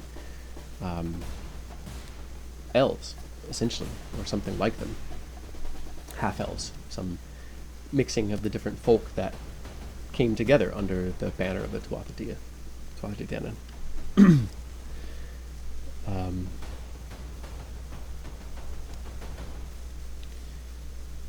Yeah, I think Millie not being well read in history, or much about besides kind of what street people would be calling tavern criers and all that.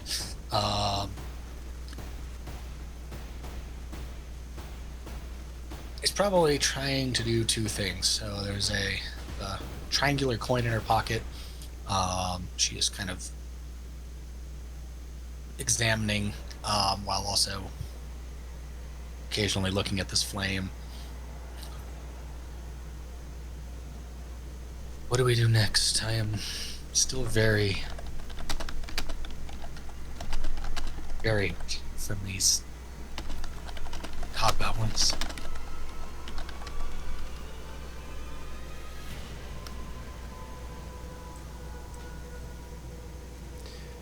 Helena and X, you both can respond to that. We should save Lokag. I guess at this point, we have not much else left.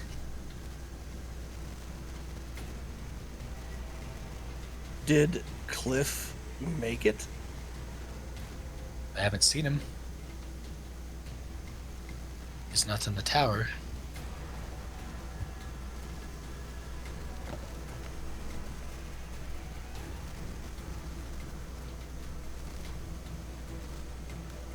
We should rescue them.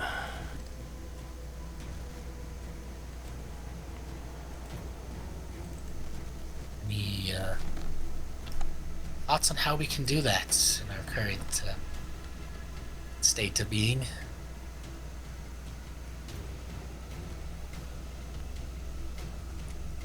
X is studying the flame, and you see him kind of size up the flame and then look out toward the distance, and then look at the flame and look out toward the distance, like he's trying to figure out how we could just take the flame out of the tower and go fry all the goblins.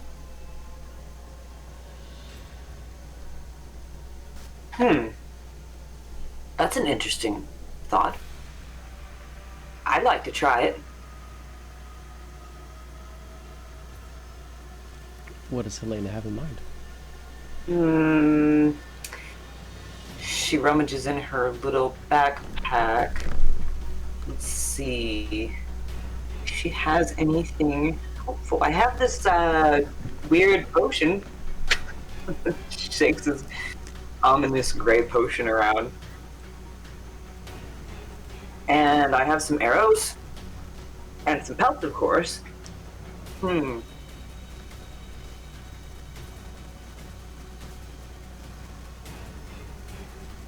a bottle of slime. What if we set that on fire? Slime?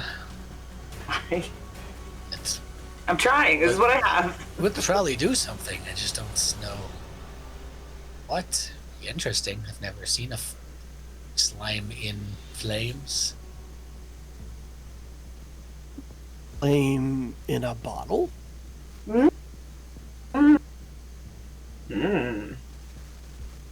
Yes, that's what I was thinking. Definitely that. That's what I meant.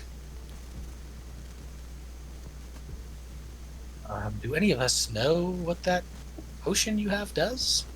No. I just grabbed it amidst the chaos. I mean, she hands it over.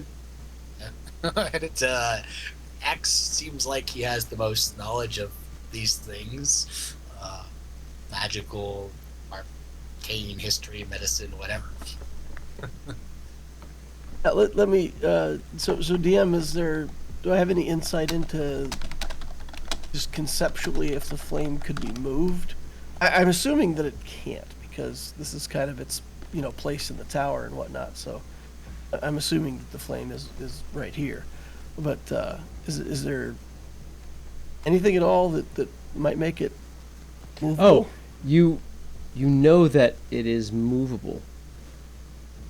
On Imbolc, there's a procession early, just at the end of winter, just before spring, just as the first maybe green shoots are coming through the half-melted snow up in the hills. It makes a procession around the city. It makes a clockwise procession around the city. It's brought out somehow and brought around to bless the city. It's one of the great festivals of the year. It's brought in a massive iron lantern that hangs on 2 posts that are carried between 4 champions that win the tournament. Just before the Summer's End tournament, those 4 will carry the lamp through the city. It's a big test of endurance for those warriors. And you make a religion check for both of you to see if you know how it might be transported. Arcana would also work, but it's going to we'll say it's got a slightly higher DC for Arcana. All right, 10 for X and a 15 for Millie. So Millie, you know that it's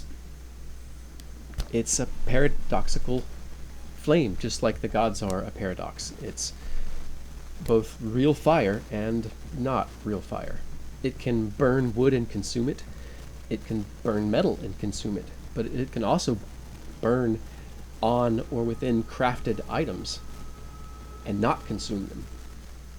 A lantern is one such item, an item that may or may not be magical. You don't know that, but you know that the wick is iron. It's part of the lantern, and that it burns throughout the day while it's moving around the city, and it doesn't consume the lantern.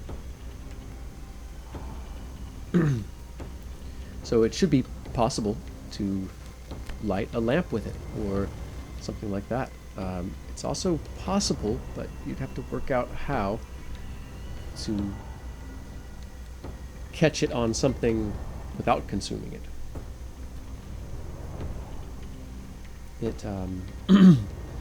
You think it would, you're certain that it would involve either an item that's been specifically crafted to do so, or a bit of like sort of priestly power to fix it into the item. But you think by using perhaps like some of your spell energy, or one using their channel divinity might be able to successfully transfer it onto some material without consuming it.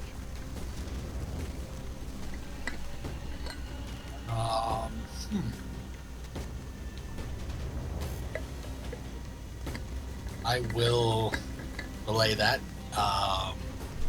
notion that we can collect this as a portion of possibly a lantern. And I'll, I guess similarly to how I started this flame,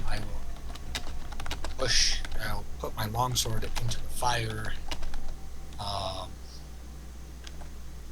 and just focus on Bridget and try to light the sword, burning a spell, my last and only spell slot.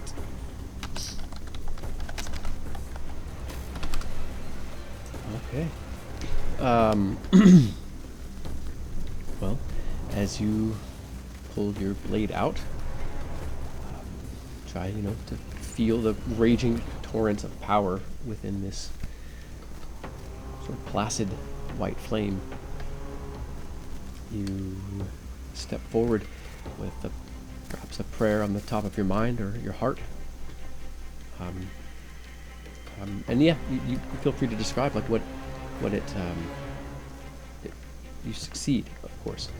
You could feel free to describe, how she does it, what it looks like, if she says anything, or anything like that. I think she just thinks about. I need the lights. We need a light to light the way. Those of us who have become lost in this place. Help guide us.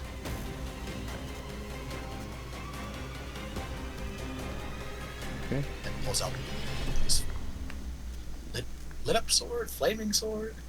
Yes. Both. Yeah, all you have to do is put the tip into it, and a few things might happen. It might just run down the edges. It might just run down or just appear glowing within the fuller. Just the hilt might glow, or all of the metal might glow. In either case, at first it's very bright, the flame billowing off the edges of the sword. Then as you pull the blade out, the flames seem to die down, almost to dimness. You get the feeling that you could summon light with it. You're certain that it's enchanted with that holy fire and will likely be, you'll be able to hit people easier and things like that with it. You also feel that there's another power in there as well. You think as part of that, once you summon that light, it'll blaze up, it'll catch fire, it'll likely hurt people more, and you'll be able to transfer that flame to other places.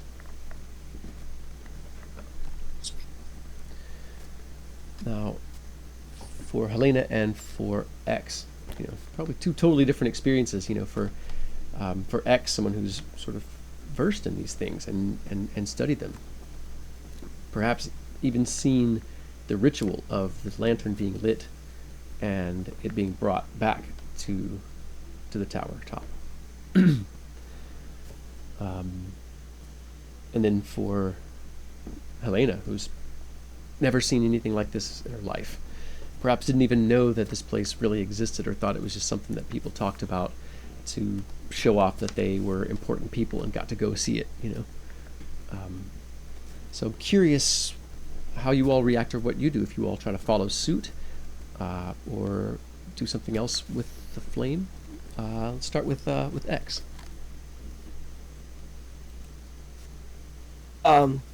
X is just satisfied. Like, he's not jealous that Millie's got more power than him or anything like that. He's just thought it'd be a good idea to be able to carry the flame out, and now it looks like we might be able to do that. So he's just smugly satisfied with his idea. Like, all right, let's take the light. And again, X is thinking about balancing the scales, and this is something that could send a few hobgoblins over to the other side.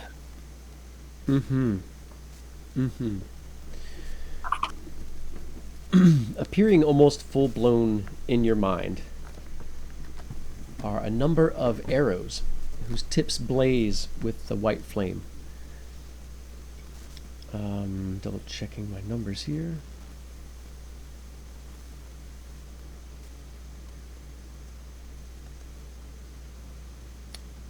You see 9 in your mind's eye, arrayed like a fan, 9 arrows with flaming heads. You know it immediately that each of these is for a different target.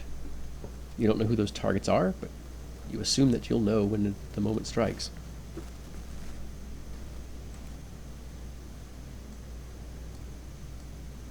9 arrows, and it has something to do with the flame. Yeah, you think the image is, yeah, it's 9 arrows. The heads have caught flame with this white flame. You know that each arrow is for a specific target. That your goddess. They seem to be important entries in the ledger of death, so to speak. You're certain there's more targets than that. More souls need to be given from the goblins to balance out. But there are 9 that seem to be very important. Boss mobs. Say again? Yeah. So bosses. 9 bosses. Yeah, essentially. All right. And yeah, you're certain that its image is sort of telling you, take 9 arrows and light the heads on fire, and take them with you and save them.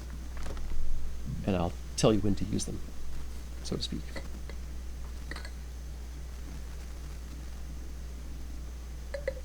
Okay, so just to be clear, did he take the entire flame into the sword or just part of it? It just seemed to have kindled within the sword. The flame hovering in the air seems unchanged, completely intact, undiminished. Okay, all right. So I'm going to do 10 arrows. In case Okay. I miss. Okay.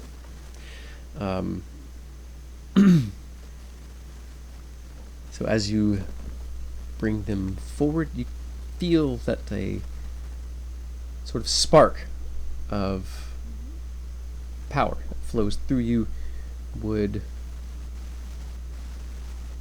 sort of bridge the gap between the physical object and this divine flame, which is both physical and not. Again, you can spend, if you have a spell, usage of at least first level spell would work. Channel Divinity would also work. I got nothing. I'm out for the day. So Okay. I don't have the sauce to make it work. Okay.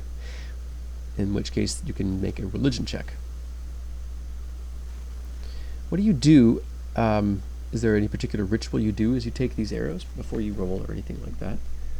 What do you physically do or to pull these 10 arrows out and attempt to kindle them, get them going?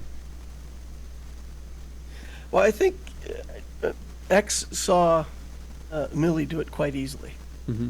So I don't think that he would understand right away that he needs to, bleed power into it to make it work. Mm-hmm. So I don't think he would ritualize it. I think he would get the vision, and he would say, "Okay, I had a vision, so I put the arrows in, and it's gonna work, right?" So he puts them in, and it doesn't quite work, and he's like, "Oh, all right. Well, I have to ritualize this a little bit." So I think that's the thing. He would try to do it, like take a shortcut, find out that it doesn't work at this point. Okay.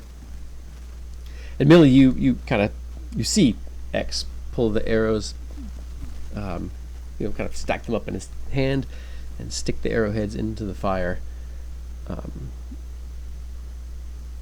But all that happens is the top of the wooden shaft starts to get charred a little bit. He kind of quickly pulls them back out of the fire.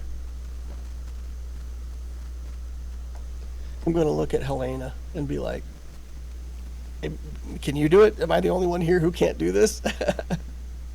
Let's see, what would X say? "Could you please try?" To Helena? Yeah, she's been successful with everything. It's like, pick this lock, and she goes over there and just like flips it open like it's nothing. So X is thinking she can do anything. Well, I think it might have something to do with this hat. Just a thought. So Yes, yeah. the hat. It's the hat. Definitely the hat. I think so. It's really fabulous. It's really the best thing I've ever owned. So, all right, might as well. She'll give it a try. Okay. What do you try to get started in the fire? Do you take the arrows that he's using, or do you use something else? Well, I've got some rat pelts. I know it's a little stinky maybe, but I think it'll burn for some time. She pulls out a couple rat pelts. Okay. Uh, can I just use the fire to set them on fire? Yeah, if you just shove one of them into it, it physically catches fire. You Okay. get the sense that there's some missing trick to it, since you watched Millie. So you pull one of them out; it's kind of singed. But from your perspective, probably not too worse for wear. Go ahead, Millie. I would suggest enchantable item or weapon or container. I suppose a lantern's a container of sorts.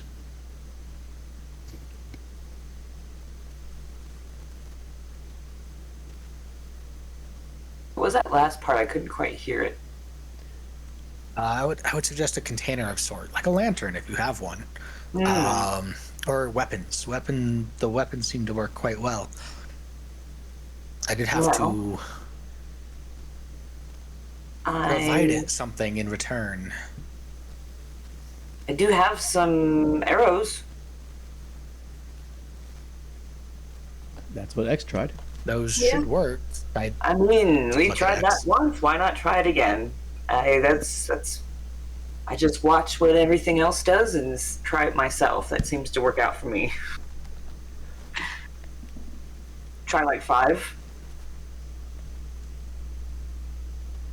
Y'all are both talking there for a moment. I know, Millie, you said you had to. There was some instruction or information that may have gotten lost in there. I think. Yep, I just told them I had to provide it something in return.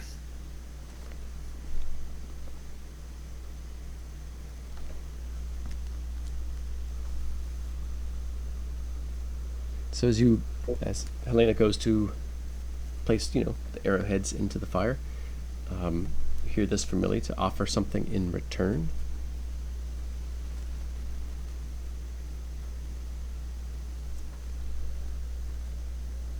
How does Helena interpret that?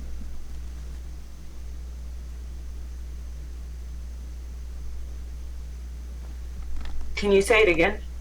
Oh, Millie had said that she had to offer the fire something in return. Mm-hmm. How would Helena interpret that? What would she offer? Definitely not her hat. She's thinking over in her mind. She like clenches onto the hat. Yeah. She doesn't have a lot, and it's sad. That's what I think that's what she meant with the rat pelts earlier. Is like she finds her nicest one, Charlie. You were good, Charlie. So good. And I know many might think this is mockery, but this is serious, and this is a lot to me, so this is my offering. The fire consumes it almost instantly. As you place the arrowheads into the fire, they also seem to burn up almost instantly. But the process quickly reverses itself,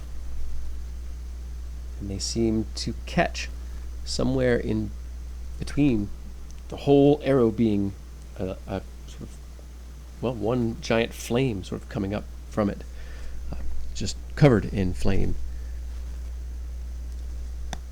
That light will sort of ebb and flow rise and fall. And once it gets really dim, it seems that just the arrowheads are glowing. That white, fiery light just along the edges and the planes of the arrowhead. It looks different than the sword did. The effect was somewhat different. But you have 5 of Bridget's arrows.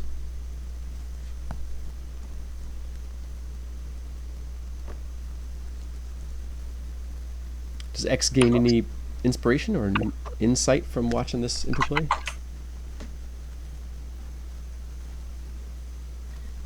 X thinks he understands, and I think he would be thinking more in terms of giving it magical power rather than rat pelts or things like that. X doesn't own anything.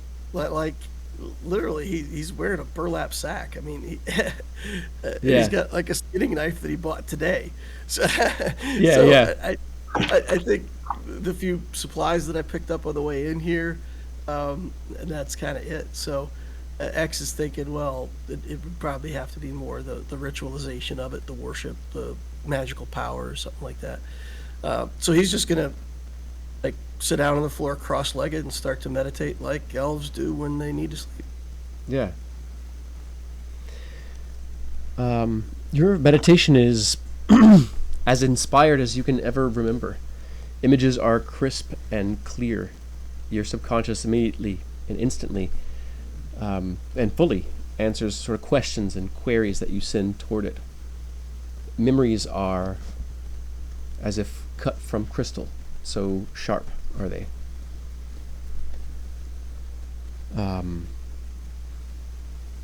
Any knowledge from other priests and priestesses that you have about the gods and their rites just sort of almost flicker through your mind. And you understand by encircling the base of the flame in a sort of ritualistic circle of stones,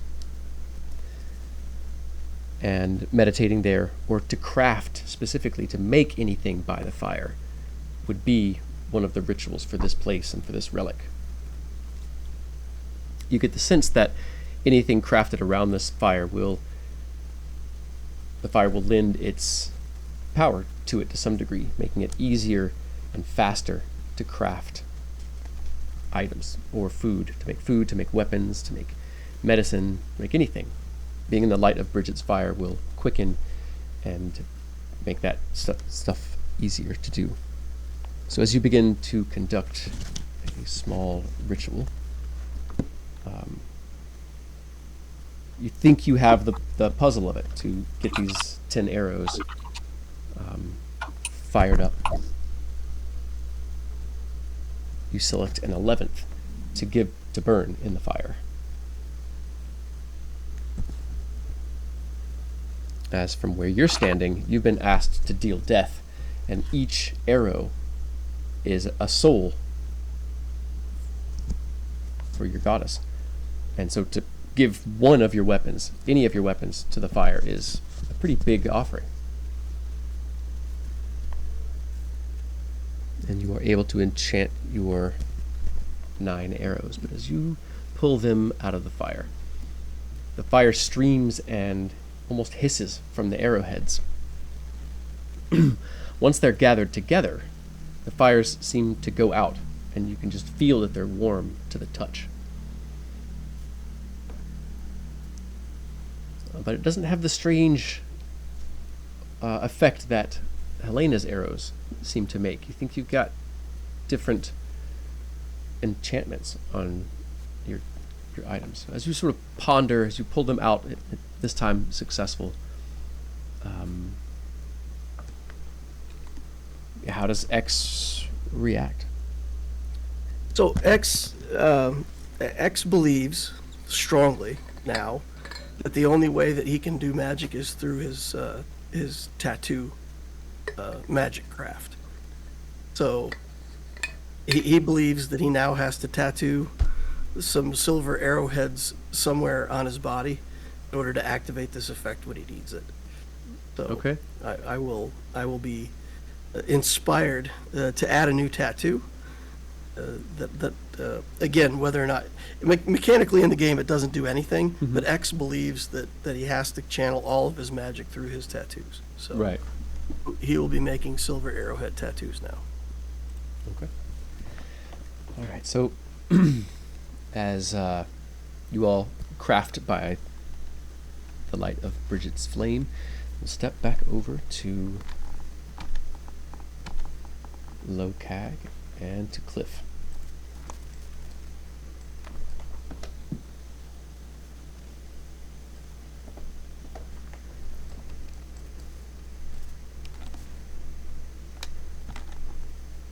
Right.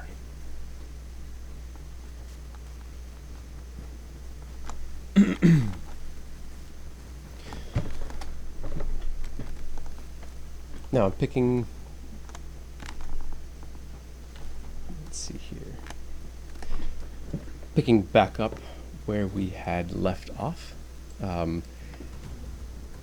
Cliff's weapon, essentially his pistol, just dashed forward into the fray ahead of you all. You're still currently tied up, but none of the hobgoblins seem to be paying direct attention to you, or if so, they're paying very poor attention to you.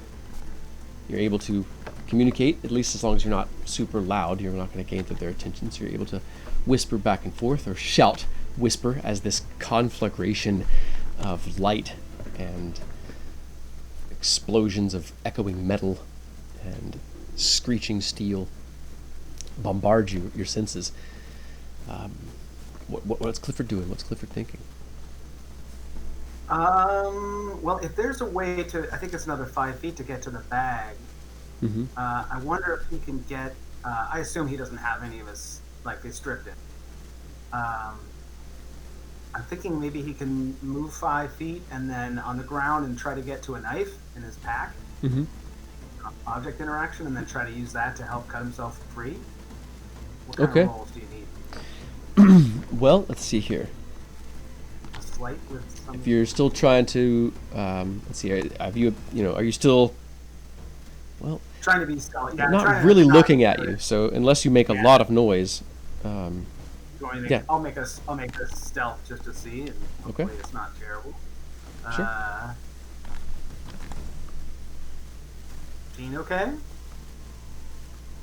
it certainly seems so. None of the hobgoblins Alright. turned in your direction. All right. And then object interaction, I can pull a dagger from the pack. It takes you some time, so it's probably more like that and a bonus action. You know exactly where it is in your pack, but hands being tied, having to sidle up your back up against the pack. Gotcha. Okay, so that's cool. I can't cut it yet, but that's kind of what I'm aiming for next round. Okay. You make your way over and begin. Yeah, you can begin to cut at it. You can sort of fumbling it into position. All right. What about Lokag? Lokag is, Lokag is going to try and shuffle his way towards the packs as well, Okay. and just kind of move along with Cliff towards towards the packs there, and look for something sharp to break his hands free as well. Okay. Any attempt at stealth, or are you just sort of scooting at high speed? Oh yeah. I'm gonna try and be a little stealthy about it as well. Because that will take your action. So. Just be clear. That's fine. And a little stealthy is what Lokag is. So 5.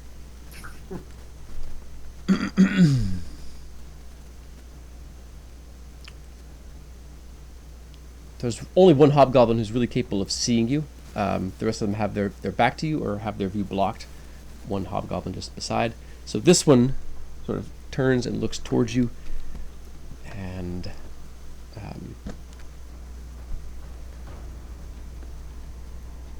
shouts where the others can hear. They're running! Loud enough, again, for the captain to hear and the others, but they're all engaged and can't take any actions against you at the moment. What does Lokag do next? I guess he's going to see if he can. Well, I guess it'll be next turn. I'm gonna just try and. Man, I don't know. I mean, if we break free, we're just gonna go down again. So, and he knows that. He knows he's hurt. So, what he's gonna do is he's gonna just not do anything. He wants to be next to the packs, but he's not gonna do anything. He's gonna wait. Okay. Well, let's clarify a little bit what's possible. Just stepping away from characters and in game and just talk as players for a moment. So if none of them currently have any ready actions to deal with you at all. If you move by any of them, of course, there'll be attacks of opportunity. Yes, they'll probably try to give chase, or on their next action, try to make some action against you. But it is possible. You all here in this round, the next round, maybe the round after that, you'll have a narrow window to slip away. Now, Yeah, just try to get yourself free, man. And we'll, hopefully we'll find our moment this time when they're not ready to shoot us. Yeah. right, when they So don't I'll have that definitely- ready to action. Correct. Yeah. He'll definitely be next to the packs, maybe looking for his hand axe or something. Let's see, did he have a dagger? Yeah. So he had a dagger as well. So he'd be kind of trying to root around for that and find his own dagger. But he's not going to make any moves to run. Yeah. Okay. Alright. All right, so essentially, yeah, you both move over to your packs, find something sharp, and try to extricate yourself. One of the goblins shouts. Let's see here.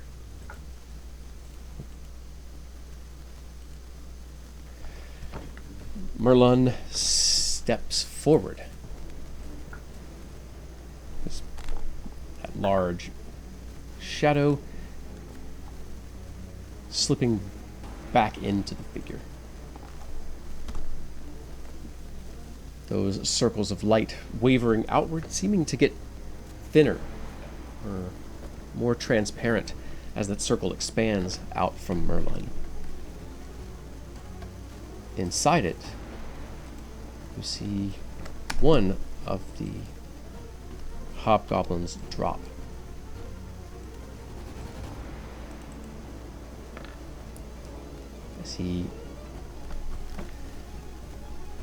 Merlin shouts a series of syllables that you don't recognize as any language. It's heavily accented in his goblin speech, but it's likely just an affectation of magic, something learned but probably not necessary for the magic itself.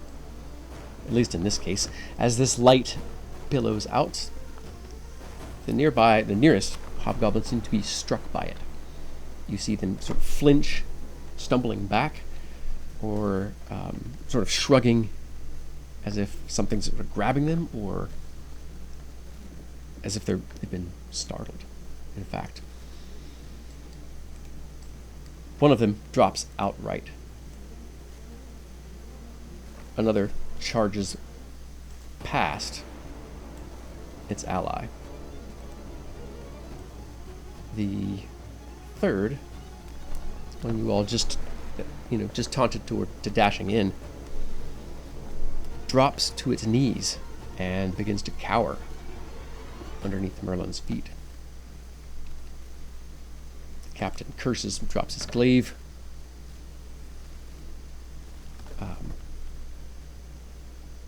Throws hastily,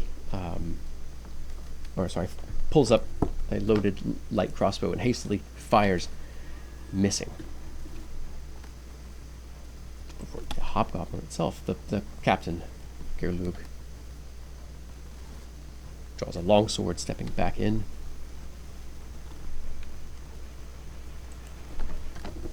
And swings again. You hear a screeching of metal and a screeching from the voice of Merlin. No one wounds Merlin and lives! You will die! But you sense a note of desperation in this figure's voice, as if Merlin is finally hurt, or something.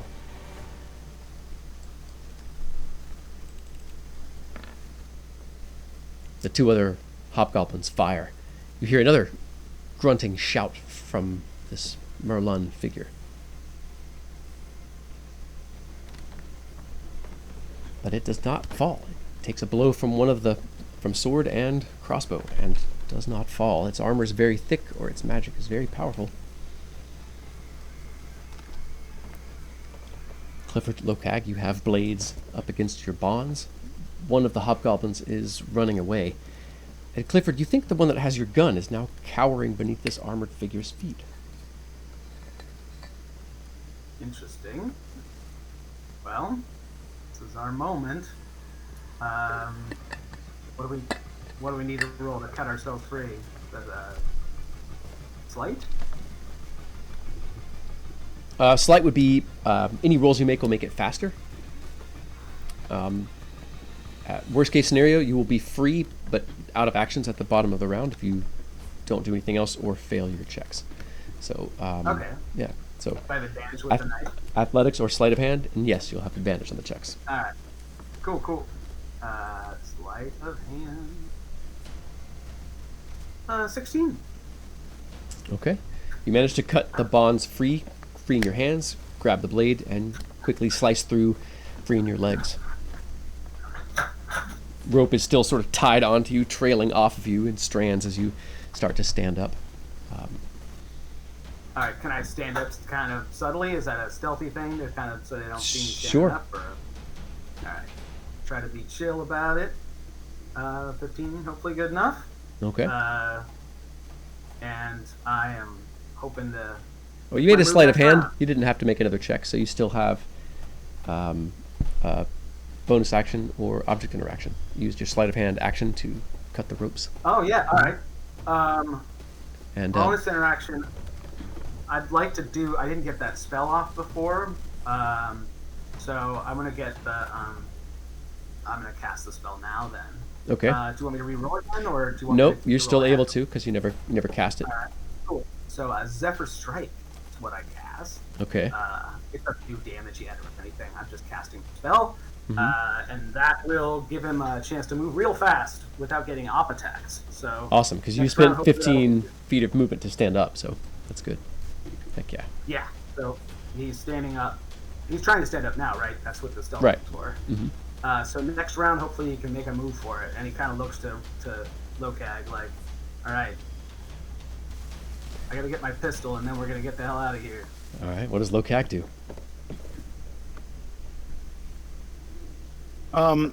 Lokag will cut his bonds, and I guess you said we can make that athletics check at advantage, or Yeah. just a straight roll. With advantage, yeah. Okay, 18. Success. As an action, you manage to cut your bonds free, slice through the ones on your legs. Again, there's still ropes sort of tied and sort of sloughing off as you start to stand up. But it's, yeah. Just mostly for And then just story purposes. Got some extra rope. Lokag is going to he's gonna tuck the knife, like it's already behind his back. He's gonna just try and tuck it into the back of his like kilt to where it can't be seen. And he's actually gonna like get up into a kneeling position so he's not prone, but he's gonna stay kneeling and or on one knee, ready to move, or ready to just put his hands up and wait for this thing to play out. It's clear that they don't want to kill him right now, so he's thinking, if a good opportunity to run doesn't come, he's gonna wait it out. Gotcha. Or even if it's just even if he could provide a distraction for Cliff to get away, he might, he'll say that to Cliff as well, like, if you get a chance to run, go. Like, I don't, he's not as fast. He doesn't think he's as fast as Cliff. He's fast, he's fast, but he's not small and nimble. When I go, you go. Get it? As you to assess your predicament. Indeed, those crossbows are going to be faster than your range of movement in a given 6-second period. The only real option you have is to break line of sight, and the best option for that is over the cliffs and the slimy water below. To take your chances, go ahead. We could go through the chaotic craziness. Yes, you could. Learn. Mm-hmm. You definitely could go that way. Yeah, but you could go. You could go westward too. You know that some of the hobgoblins came from there. Some of them did. You don't know what else is that way. You don't see any immediately in that direction. But a sure way to get out of the line of sight of this group, either without going through anyway, the effects that Merlin has produced is to leap back over the cliff and let the slimy water beneath catch you. You know, if you jump, you're certain that if you jump far enough out, that it's deep enough. Right. That hobgoblin that was turning and running, is he straight up running away? Like, is he even focused on anything other than moving as far away as He possible seems from to be Merlin? panicking. Seems to be gripped in abject panic. All right, cool. So you all are just continuing to get into position this round as the situation nearby develops. Yep. Next round. The action.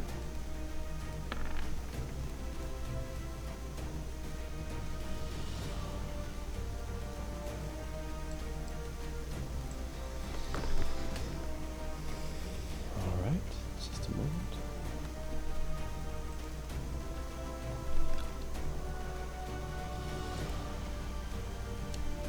The wavering green light seems to collapse back down toward Merlin. You see, again, one of the hobgoblins sort of shrink back. The one that only has a sword, doesn't have a shield. The one that has Clifford's gun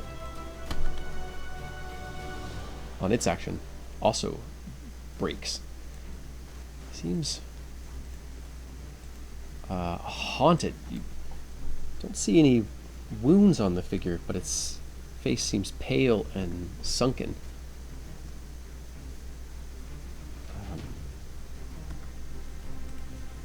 As well as terrified, just overcome with fear. The captain stands, swinging its blade at Merlin, tucking its shield up.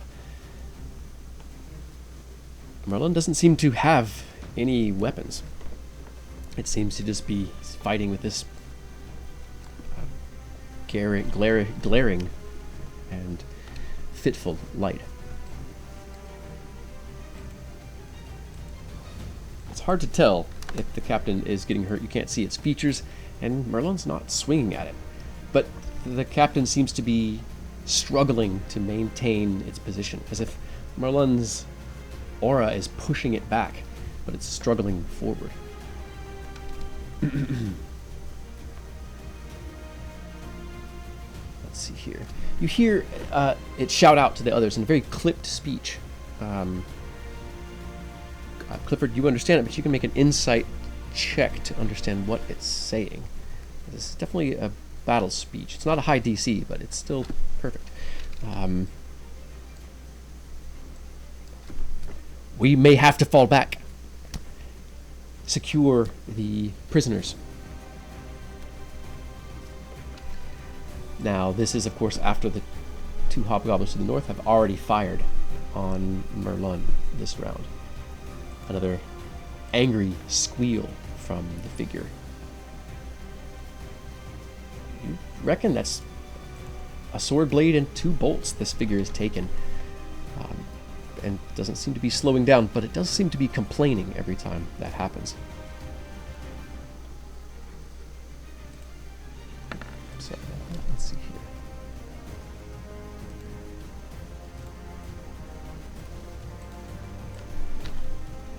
here. The first fleeing hobgoblin darts, stops, turns, anger and anger and thought sort of painting its face as it tries to assess and figure out what it's going to do next. So there's one hobgoblin near enough that could get an attack of opportunity, although it's clearly panicked. You all could move through the light, perhaps. You all are both free, and you both basically have your feet underneath you. What did Clifford and Lokag do?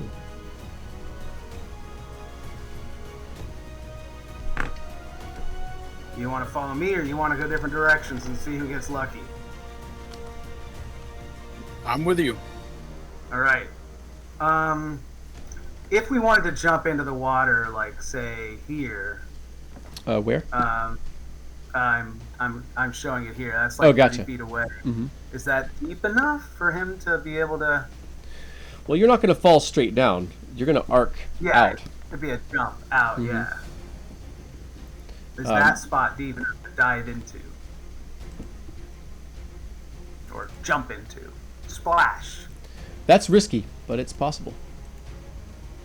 And then, do I get a sense of that effect around Merlin? Is it's blocking line of sight? Is it causing damage itself, or is it more of like an aura? It's not so much blocking line of sight. You can see basically behind it. It's just that everything within it, it's hard to see what it's doing. It's hard to see the other's features, especially with their backs turned toward you. Just looking into it is extremely disorienting. But you can still technically see through it. You know, you can aim and look through it.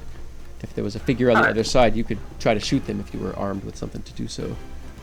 Gotcha. Yeah. But they would be able to see me on the other side of it then. It doesn't block line of sight Right. on the other side of them. Mm-hmm. All right. Well, I'm going for it. I have to move now before they grab us. So I'm already up. Mm-hmm. So I have the Zephyr Strike, which means I can avoid opportunity attacks. Yes, it does. And I'm gonna try to grab my gun. Sleight of hand. Yeah, absolutely sleight of hand. All right. See if I have luck. I got a 9. I'm gonna use my luck. I'm gonna All roll right. again. I assume a 9 is not good enough. A 9 is not going to. I assume that. Yeah. Well, actually, no. I guess I have my inspiration, so I'll go ahead and use that then. 22.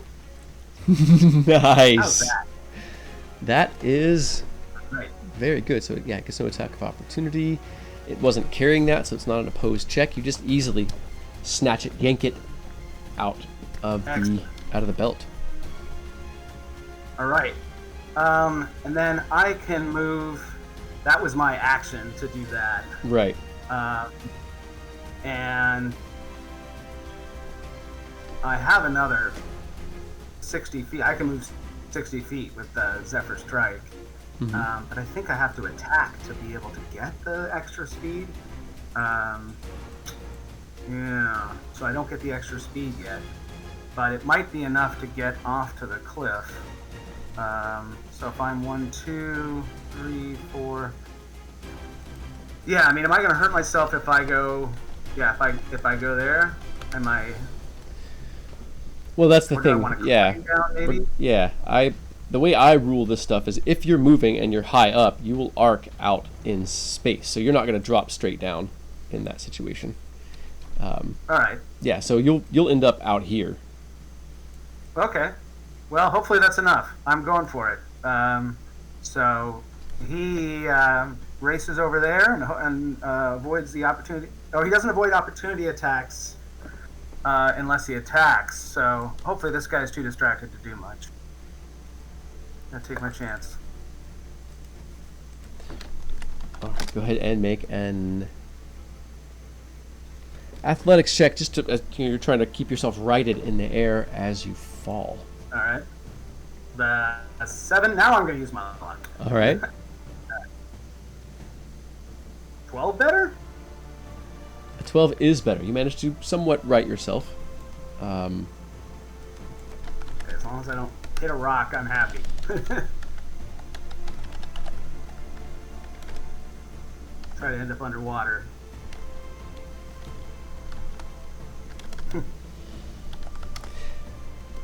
As Oh, you, sure, as, yeah, no up. Yeah. Yeah, Cliff. So Cliff bursts into motion, shoving himself off of the wall, darting up to the goblin, sort of reaching around the front as he darts around the back, pulling the pistol out, leaping over the side, sort of steadying his hat and his boots underneath him as he plunges down into the dark waters below, or toward He yells the to dark waters below. Notepad, grab my stuff! I didn't get my bag. Not the end of the world if I don't get it, but The as the hobgoblin nearest you, terrified though it is, does swipe out at you with its sword. But you're ready for it. You sort of suck your gut in, sort of bend yourself to the side, narrowly avoiding it. It scrapes you, it slashes you. It might even leave a little bit of a scar, but it didn't do any real damage. I move like the wind. The next in the order is, so Lokag. What about Lokag? Sorry, I had to refresh roll 20, so I'm pulling everything back up. So, Lokang wants to try and grab his hammer with one hand and both the packs with the other, and then make a dash for it. Okay. Yeah, you can easily just grab those. Say, I'd say if simple as reaching down like that, I'd call that, or stooping down real quick. That's simple object interaction for both of them. And then what's next? He's gonna dash right behind Clifford, and he's gonna try and when he gets to the edge, make the biggest jump he can make. He's straight up I know it's only 30 feet to the cliff edge, but he's using the dash action to run like hell and just leap. All right, let's see an athletics check from Lokag.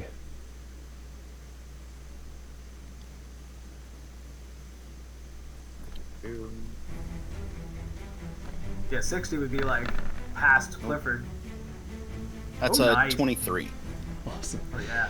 So you grab these, again, sort of shove off the ground with your foot, dart across the gritty and red stone, leap over the slime-crusted edge, pushing yourself off. You maintain your balance and keep your gear out to the side so nothing's going to hit you or hit Cliff as he's basically down below you. So you make sure to leap just over Cliff, and you manage to land in the water just beyond him. As you all plummet downward, it's as if the light that was compressing down around Merlin explodes outward, pink into sort of pink and green shards, which dazzle the walls and the ceiling. Cliff, you have a moment, as you are sort of righting yourself, you've kind of tumbled over a little bit and you're trying to right yourself in the next 15 feet, but you see the light play out over the ceiling. You get an idea of the layout of the ceiling. There's a massive circular hole toward the center of this chamber, with that Merlin's light having exploded outward and illuminated part of the ceiling, and of course the tower itself glowing with a holy light. You can make out a good portion of the ceiling itself and what's above you all. Again, a massive hole in the stone, but somewhere up there, for a brief moment, you can see the temple's light reflecting on what seems to be a circular platform, bridges that go off in either direction, far up, like 100 or so feet, perhaps, above you. But then the immediate light fades, and you're turning back over, looking back at the darkening, swampy water as the surface almost cracks more than you splash into it. The surface almost just kind of parts, giving way as you drop down into stench and filth. But at least for the moment, safety. And as the holy tower now glows and survivors escape into the chancy depths of dark water below, I think this is a good spot to end the session for the night. All right. Does that sound good with Positive note? everybody? Cliff has his pistol back, and that excites the heck out of me. Oh, me, that's all I care about. I mean, it's like if someone took my child and this was like taken, I have a special set of skills. He's like very, very upset at this. This is baby saved up for years. Indeed.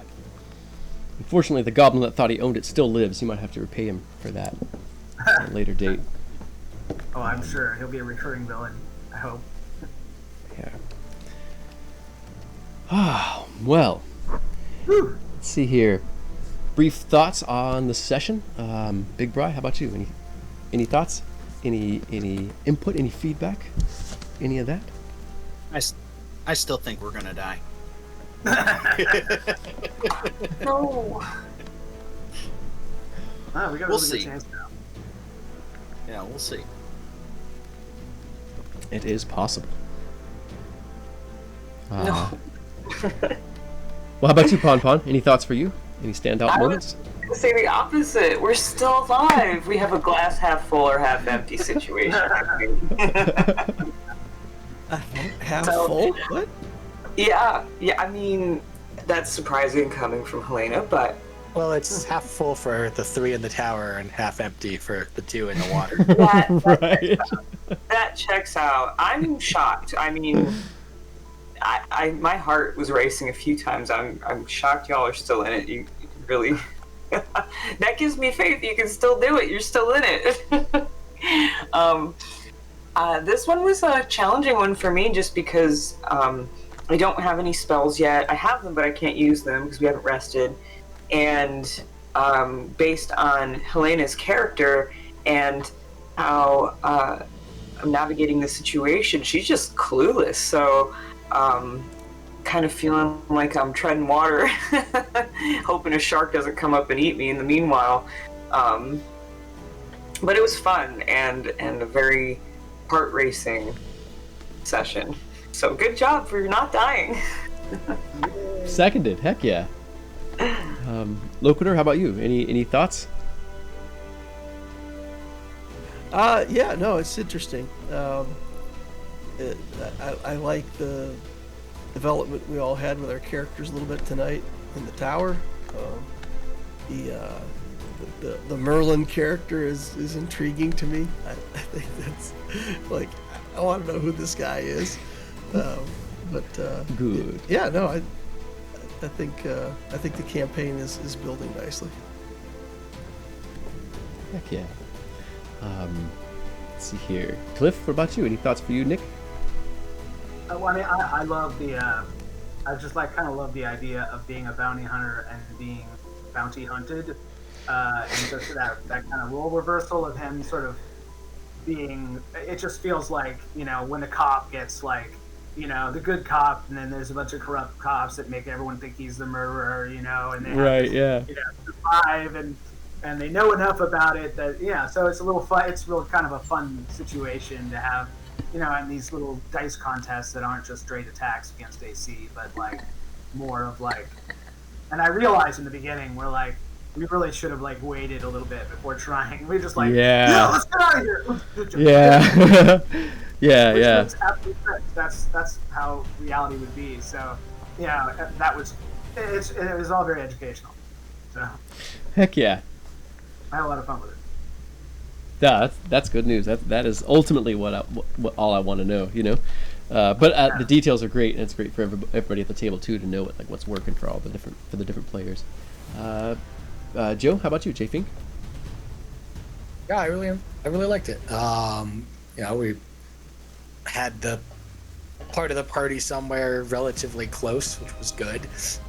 Fighting the strangeness going on down there, and then the rest of us kind of exploring how to make use of this and exploring a bit of connection between Arabelle and ourselves. So that was really interesting. Heck yeah. It was. I definitely had a good time getting to see, trying to coax out more I'll give you all more opportunities to develop character. The temple scene and going through and checking in on y'all's different insights was really fun. It was really fun having that sort of, that situation, which maybe feels, kind of static. The Lokag and Clifford kind of trapped, but sort of observing this interplay of forces within the stone that you all are exploring, and sort of trying to figure out how to make your move, and making your move and getting popped again, and being able to sort of like, all right, reassess and rethink, and then make it work the next time. I am disappointed that they didn't want to become assistants of Marloon, but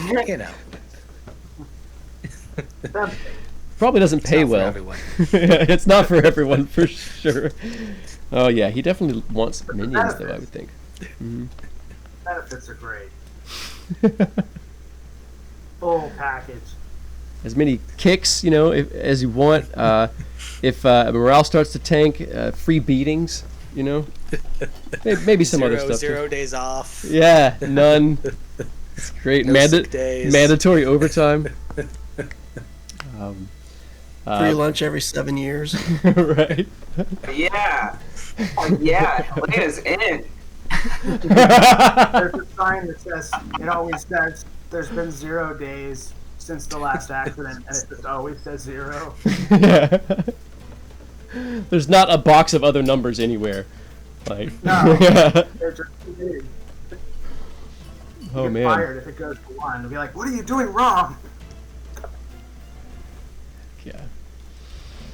All right. Well, let's see here. Yeah, for my part, I think I've said my piece. But yeah, if maybe take a few more minutes. I think we got to everybody. Take a few more minutes. I'll probably switch over to the stream ended screen. Check in with chat, and well, actually no. Let's go ahead and raid out. Pon, do you have a thought on who to raid out to? I see Worst Day, Gnome Ann. I like Gnome Ann. Okay. She's got a really cool vibe. Okay. We are sending you all to Gnome Ann's realm in just a moment, not just yet. Remember we'll be here next week as well. And if you all have suggestions, things that you all are interested in, go ahead and drop in and find us on Discord. And if you're looking to jump in any games throughout the week, you all can find me for that. And we'll see you all next session. Thanks for joining us, everybody. Bye, gang. Bye. Bye.